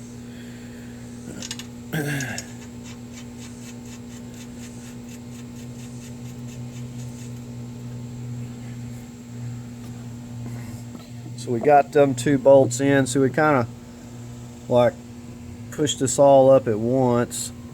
Kind of like had this folded down, we pushed it all up at once, and we're fixing to get this up here. The downside is this anti-seize, it loves to get all over your fingers and stick to you real good. We're going to get that up there. Like I said, this one over here snapped off, so I'm going to put a regular bolt. There ain't nothing wrong with putting a regular bolt in there. It'll be fine. And there's enough of that gasket that it should be fine. If it does leak, then we'll come back and we'll stick another gasket in it. No big deal. Okay, so I was just pushing this up here, and this just kind of centers itself up. You just kind of watch it and tighten both of these nuts here evenly as you're kind of pushing it up into place, and it has like that beveled part on it, so it seals really good and tight. So I'm going to get the nut back on this side here, and I'm going to go over there and hunt down another bolt about the same size, and I'll just poke the bolt through this back side, put the nut up here just kind of like it is there. It just won't have the studded bolt that grips in there and keeps it from rotating. But we're going to go ahead and I'm just going to like torque these down to about 35 foot-pounds. All of these, and we'll have our exhaust took care of. Okay, so we got the exhaust tightened down. We're ready to move on. Didn't go 35 on these. It's kind of a compression type. I just kind of went by feel, just tighten it down really good and snug. But this is good to go. Got our middle mount. Our motor mounts are tightened, so I think I'm going to go up top and just work on connecting stuff up there and the wires and everything, and then we'll probably get the CV axles and stuff in last. See, I got the wire hanging down here. There's nothing to disconnect it. There's like one ground connects right back here that I disconnected and was able to pull that whole thing down. Probably should have did that the first time, but we're going to go ahead and get that back up there and start reconnecting all these wires and reservoirs and everything else here, I think. Okay, so we've wrapped this wire back up here and got it on these studs. We got that ground right back there, and of course all these others go up into this box up here, and then we got the ground that's going up here. It goes up here on this with another wire. Everything says pretty self-explanatory as to where it goes. We're going to get this reconnected to this. Fasten all this back together. So we've got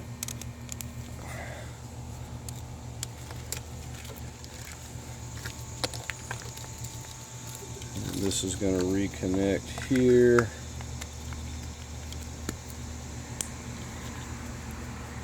This is supposed to be fastened down onto there like that. So these are real easy.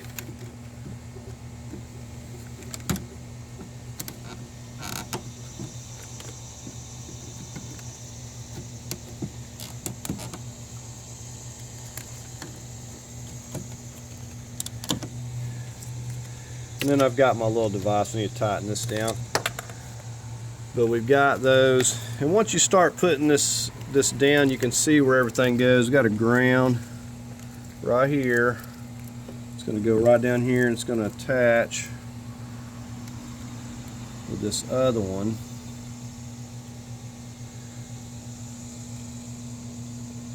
So we're going to get that. Well, that's a long screw. Okay, so we're going to find our other wire. This is the one that goes there. Okay, now this one goes over to this other side. Now I would point out this did have this little studded bolt thing that was on there. I don't really think it matters a whole lot, so I just put that in there. But it does have like a studded bolt that goes in there. It's like a 13 or 11 or something. Okay, so we got our grounds down here. This one is running over to here. We got this one that's running to this, and then running up to here. We've got, look, there's two of them. We got this one here, and then this one that runs up behind there. So I'm going to go ahead and just finish snugging this one down here, and we'll have the grounds. Then I'm going to go ahead and reattach this reservoir. We just have these 10 millimeters bolting it down. And go ahead and put that back. I think I'm where I can put this, and it's not going to get in the way again. Just trying to get everything here while it's on my mind. Okay, one thing I'd done wrong was having this power steering hose behind this. I've done that before. I made that mistake. When you do, you gotta take the bottle off and move it, or you're gonna have to take all your wires back loose, because this has to clip right here, and it cannot have the power steering line in the way there. Okay, so also make sure that it's not in behind that ground wire too. So now that we got that, we can actually go ahead and mount this thing. That's the twice I've done that before. Alright, we're going to go ahead and snap our AC line back together. It's pretty easy. I'm just going to put a little clean pad jewel on here before I snap that together, and then we'll put a little lock back over that. But these are pretty easy, just push them on. Okay, now you should hear it click really loud when you pop that on there. If you don't hear it click, it is not locked on there, and it's going to blow apart. You go to try to put Freon in it. All right, we're going to start making some connections over here by the throttle housing. So most of this stuff I've labeled.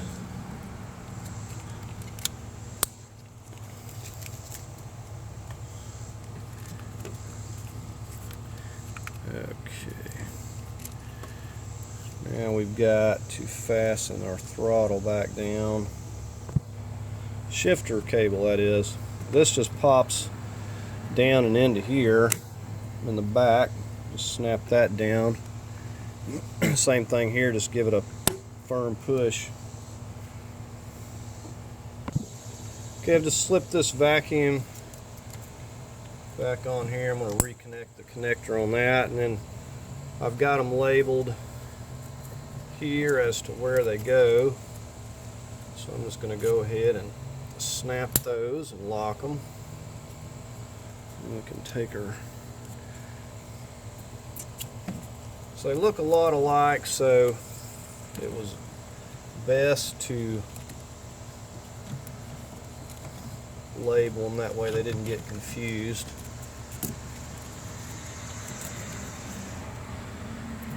Now we'll just push that down and lock that. Okay, I'm just getting ready to make this vacuum connection right here.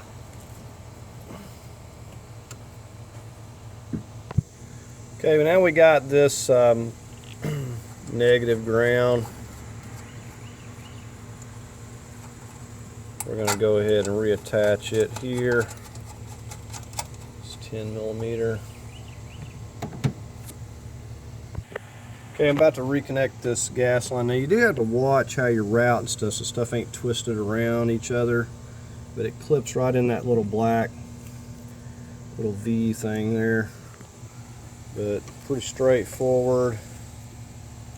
We'll just push this on here and give it a push down and lock all that back. It should be seated. Okay, I just reattached this hose running from here down to here. And I'm going to go ahead and just put that clip back there. Now the only other part we have to get is the part that goes to the rack. We've got that thing that sandwiches in between these copper washers, and then we tighten that down. So I'm going to go into there and probably do that now while I got it on my mind. And just redo the clip on that. I think we've pretty well got most everything up here that we can get. So probably going to go ahead and try to get this front back on, because it looks like we've got everything that we can do from up here now. Okay, so I got that fastened. I crawled underneath and got that other power steering line, which is pretty simple. Just getting ready to put this little bracket back. Now there is a wire that I need to connect over here that I've missed. Just getting ready to put, this is the piece that the air box clips into. We're going to go ahead and bolt this down, these tins. Okay, I got a couple connections here. This just kind of clips, and then it goes over here and connects to this right here, the transmission, and lock that. This is a 8mm. It's ground. I believe we got another on the other side too. Okay, on the positive side, this has to go up into the box here. We fasten it right here. That's all there is to that. Okay, and there we have that fastened down. Okay, on the passenger side, we got this ground right here to get. Okay, we're going to start on this passenger side, slipping the CV axle back in, and I've got some white lithium grease up on there, and we're just going to get our rubber mallet and knock it right back on there. Once we get it aligned a little bit, and it shouldn't give us a whole lot of difficulty, but we'll see. So let me go find my rubber mallet. Okay, so we're going to give it a few hits on the end here. Okay, well, it's kind of being stubborn. Okay, what I found to work the best is just doing this, pushing the axle, doing this hammering, short hammering action. Actually worked better than my mallet, and it went in a lot easier. Hammering it didn't seem to want to get it started right. Okay, so we're just going to slip this back into here. I've got grease on it as well. Okay, so while supporting the CV axle, I was working this into the knuckle, and you just have to wiggle this strut to where you need it.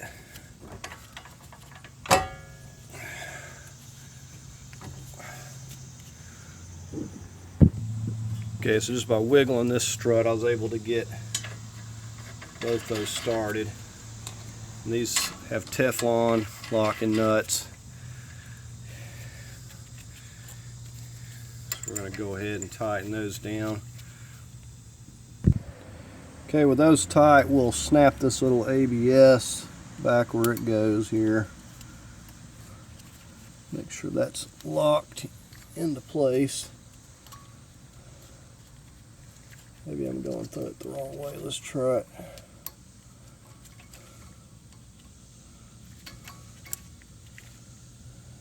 There we go. Didn't have it turned around the right way.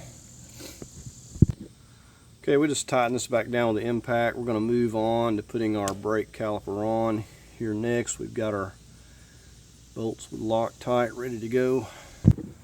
Okay, so I got my rotor on there. Hopefully this is just going to go into place. So we'll go ahead and lock this down. Okay, then we got to just get this little wire or brake line, and we're going to go to the other side and do pretty much the same thing. The CV axle pops in pretty much the same, with the exception it's just going into the transmission there. So we're going to go ahead and do that.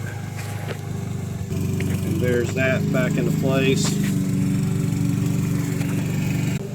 Okay, make sure you put some clean transmission fluid on this seal. I did that on that stub shaft before I put that on there. I don't know if I showed that earlier. Make sure you put clean transmission fluid on these seals before you slip the CV axle in. Okay, and the method I used on this side for knocking it in was hitting it with the rubber mallet, not the way I did the other side by rocking it. This one's a little bit tougher once it gets to that clip part, and you pretty much have to hammer that in to get it seated, and then just go underneath and check it out. You can see that it's up far enough. So we're just going to go ahead and put this over here back together like we did that other side. Okay, I'm just getting ready to go ahead and start getting some oil. I got a new filter on it. Now the filter is different because this came out of a Taurus. It's more like a, I guess an Explorer or whatever.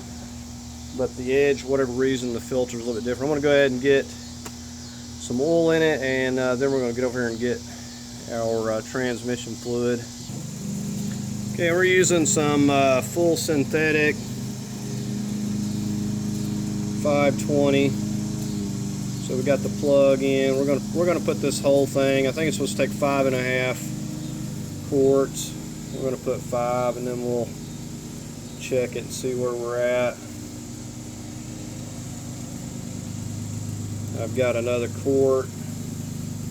We're going to go ahead and get this all filled up, and then we're going to add back.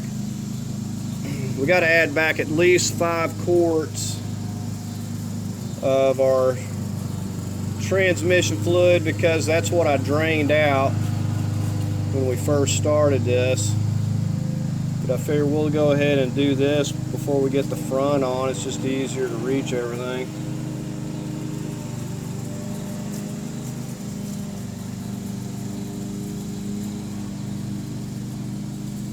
And I kind of got a late start today, so I know I'm probably not going to get finished up here today. It's going to be dark before long. So I think we're going on to day 5, I believe. Which, when I done my Explorer, I got it in 4 days, but everything went smooth. Everything's not quite been as smooth on this one. Okay, we've got this Max Life full synthetic. This is a 4 quart, so I've got a little bit more in another jug, and we're going to be putting these 4 quarts in, and then we'll get another quart.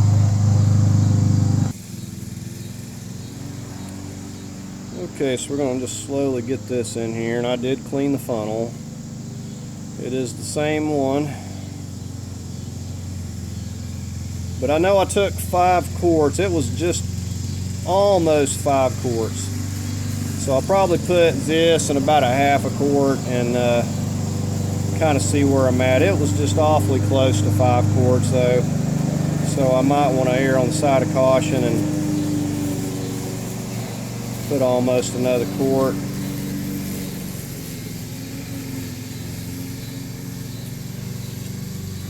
Just put back whatever you take out. But definitely you make sure that your CV axles ain't leaking. Make sure you got those in before you go to pouring your transmission fluid in. So there is 4 quarts. We're going to need a little more.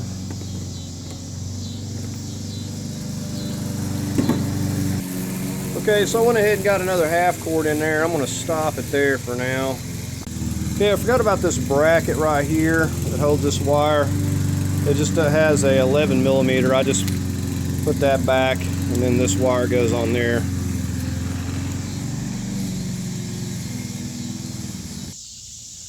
Okay, I'm working on this crossbar here. Actually,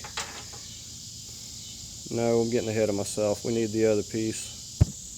Okay, so this is the next piece. Got way ahead of myself with the brace. Actually, we're going to connect everything on the other side and this before we even think about putting that brace on, because it's going to be sticking out in our way. So we're just going to go up here, start connecting what we can, hoses and everything else, and then we'll work on the brace. Okay, so we got this hose and this hose back on, and then we went ahead and got this hose reconnected, and I'm gonna go ahead and reconnect this over here. I think that's gonna have to go underneath that Freon line there though, so I'm gonna have to take that back loose here. But anyways, we've got some connections right here to make. This one over here I didn't even need to take loose.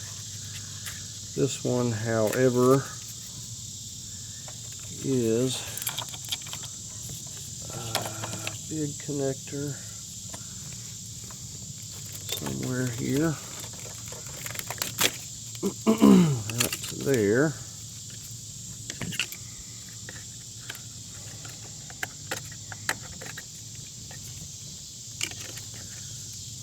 So we can get this oriented the right way here.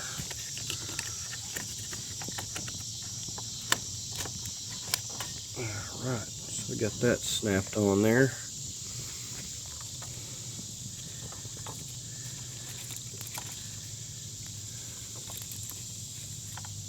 Okay, this looks like we've got another wire that's hooked down here somewhere where it ain't supposed to be. And then we've also got these transmission cooler lines. We need to stuff those back.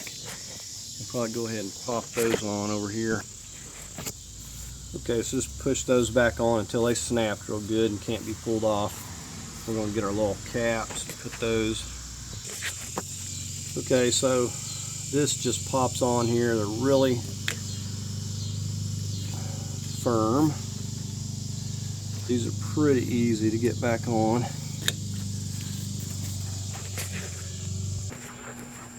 Okay, now I've been hooking up these AC lines. Now there is a bracket right there. There's an 8mm right there that you got to put in before you do much of anything else, or you won't be able to get to it. This one here, I'm just getting ready to pop it back onto here and put the 13mm nut on it.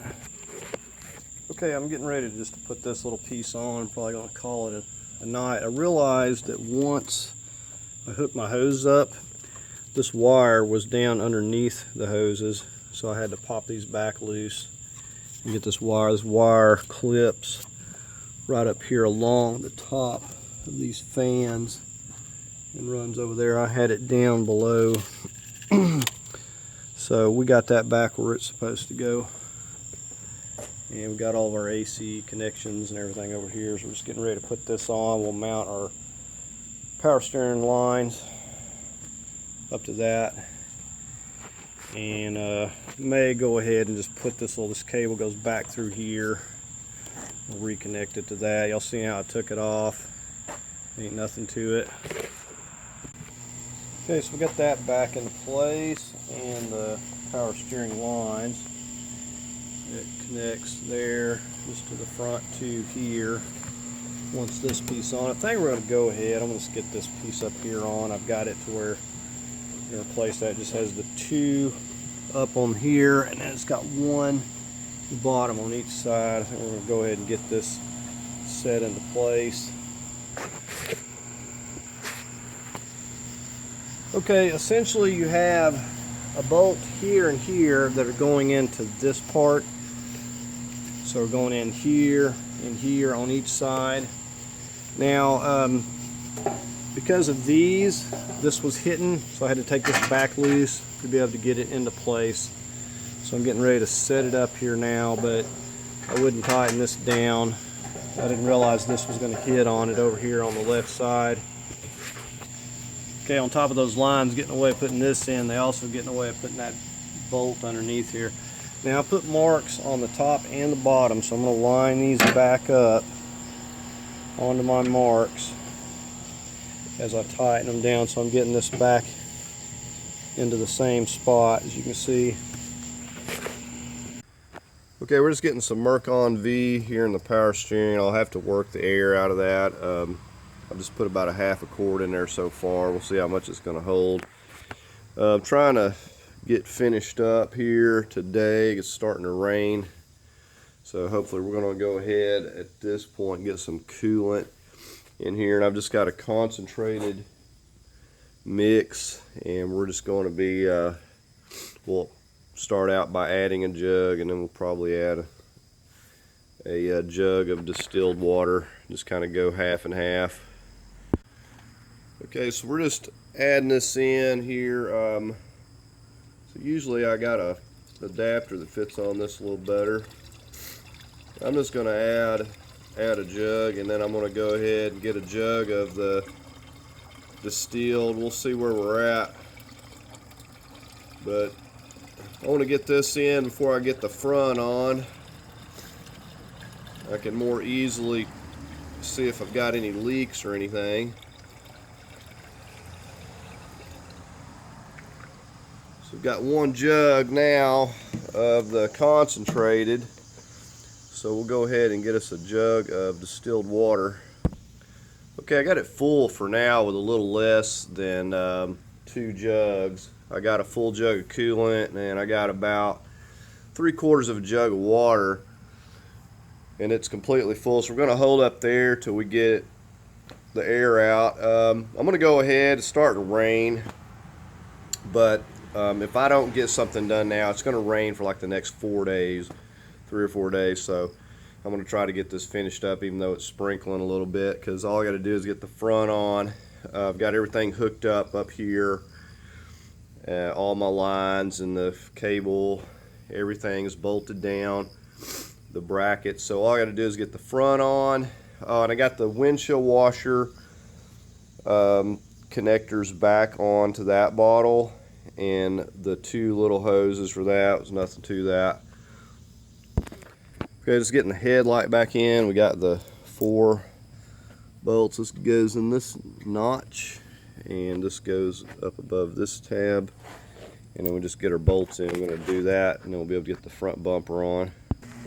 Okay, so the headlights are in. We're going to go ahead and just slip our front bumper back on. There ain't nothing to it. There's a couple bolts up in the top, some snaps, and then from there, real easy to put this. Just snaps into these places right here. You just can't get any easier. And we think we've got one screw coming through there with the inner fender wells and stuff. Okay, this bumper really is that easy. I mean, it's a good thing, because the headlights, in order to get them, you've got to take this bumper off. No 2 ways about it. So I'm just popping these little pins back in here. You have to have that up in order to pop them down in there. And then there we have this up here. Got my little battery trays, like the only thing that I haven't got back in here. Half of the bolts were rusted and broken on this thing. I think I can only get like 2 in it.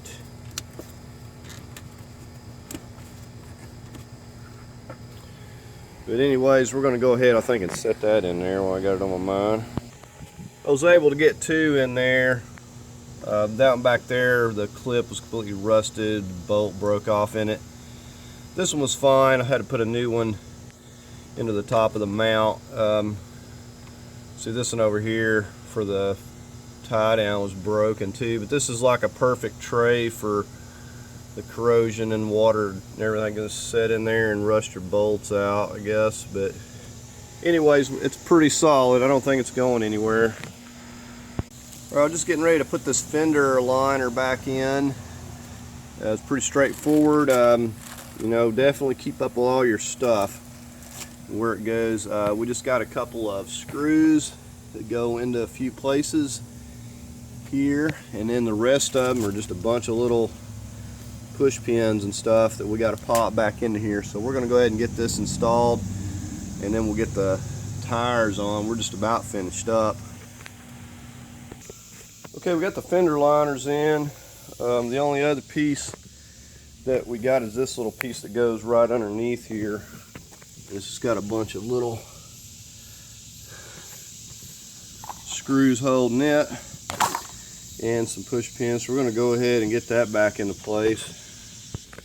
Okay, we're just going to go ahead and get our wheels back on. At this point, we're going to be tightening these lugs to 100 foot-pounds. Okay, the tires are on. Just getting ready to mount this air box back in here. I just put a little white lithium so those will pop down on there. So we're going to slide this into place and hopefully get it seated here. Okay, now I need to get the battery in before I put this other part, or I'm not going to be able to fit the battery past it. Okay, I was going to film while I was putting the air box, but I got washed out here. You can see the rain made it sooner than I thought it would, but I caught a little break and was able to go ahead and get my air box on and get the battery hooked up. So I'm just going to do a last check over, and we're going to go ahead and try to fire this thing up. Of course, I'm going to leave it up on my blocks before I'm going to have to check everything out, make sure I don't have any leaks. There'll be some smoking and burn off just because there's a lot of WD-40 that's been sprayed on these exhausts and everything, so don't panic when you see that. Okay, I'm getting ready to try to crank it up here. I have not tried to crank it. I hope that it's going to do well, or I'm going to be very upset. We're going to turn everything off here. We'll prime this fuel a few times. As long as we didn't forget to hook anything up, we'll be all right. Wow. Cranked up on the first crank. So now we're going to go out here and we're just going to take a look and make sure we don't have any leaks and keep an eye on these gauges. But this is a 120,000 mile engine. I would expect this thing should sound really good. It should run really good. Okay, so I got the hood back up since it decided it's going to quit raining for a second. But we'll have to work the air out, just driving it and get the air out of the coolant system. Now I also got to get some more Mercon 5 in there. We're just gonna have, we got a lot of rain and everything, so it's kind of hard to see what's dripping here now, but we're gonna try to keep an eye on it. I'm gonna just watch and see what we got going on here. Don't have a lot of smoking so far.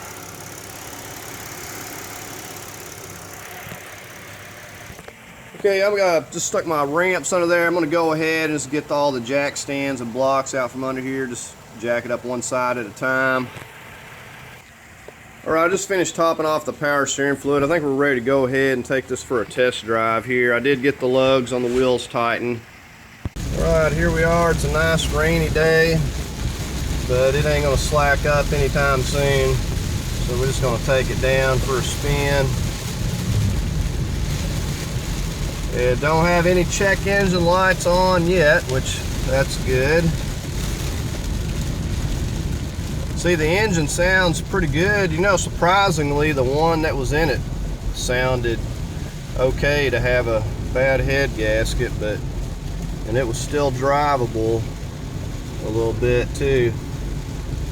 But you know, 280,000, well, it's actually 285. You can see that. 285, that's what that engine had on there.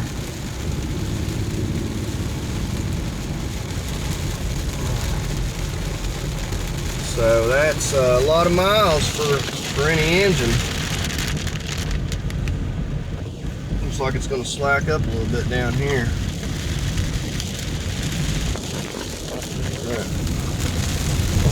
So I said the thing was driving good as far as suspension and handling and all that. I got an alignment on it, but it was doing all right before. I won't know really how it's going to do to get it out on the interstate and really take it for a spin.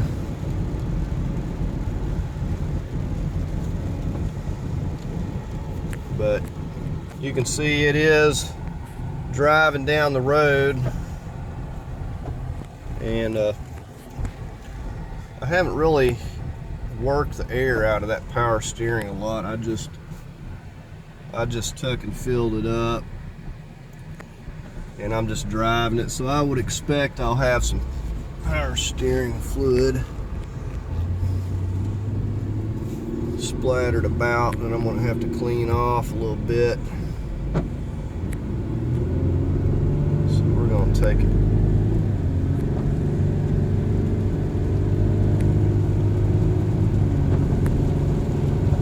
We're going to open it up a little bit, see how it's going to do. That's pretty good. It's not showing any problems. At least if it does, they haven't reared their head yet. So like I said, it's going to rain for the next 3-4 days, so I got up, I got an earlier start trying to get ahead of the rain, but I didn't make it.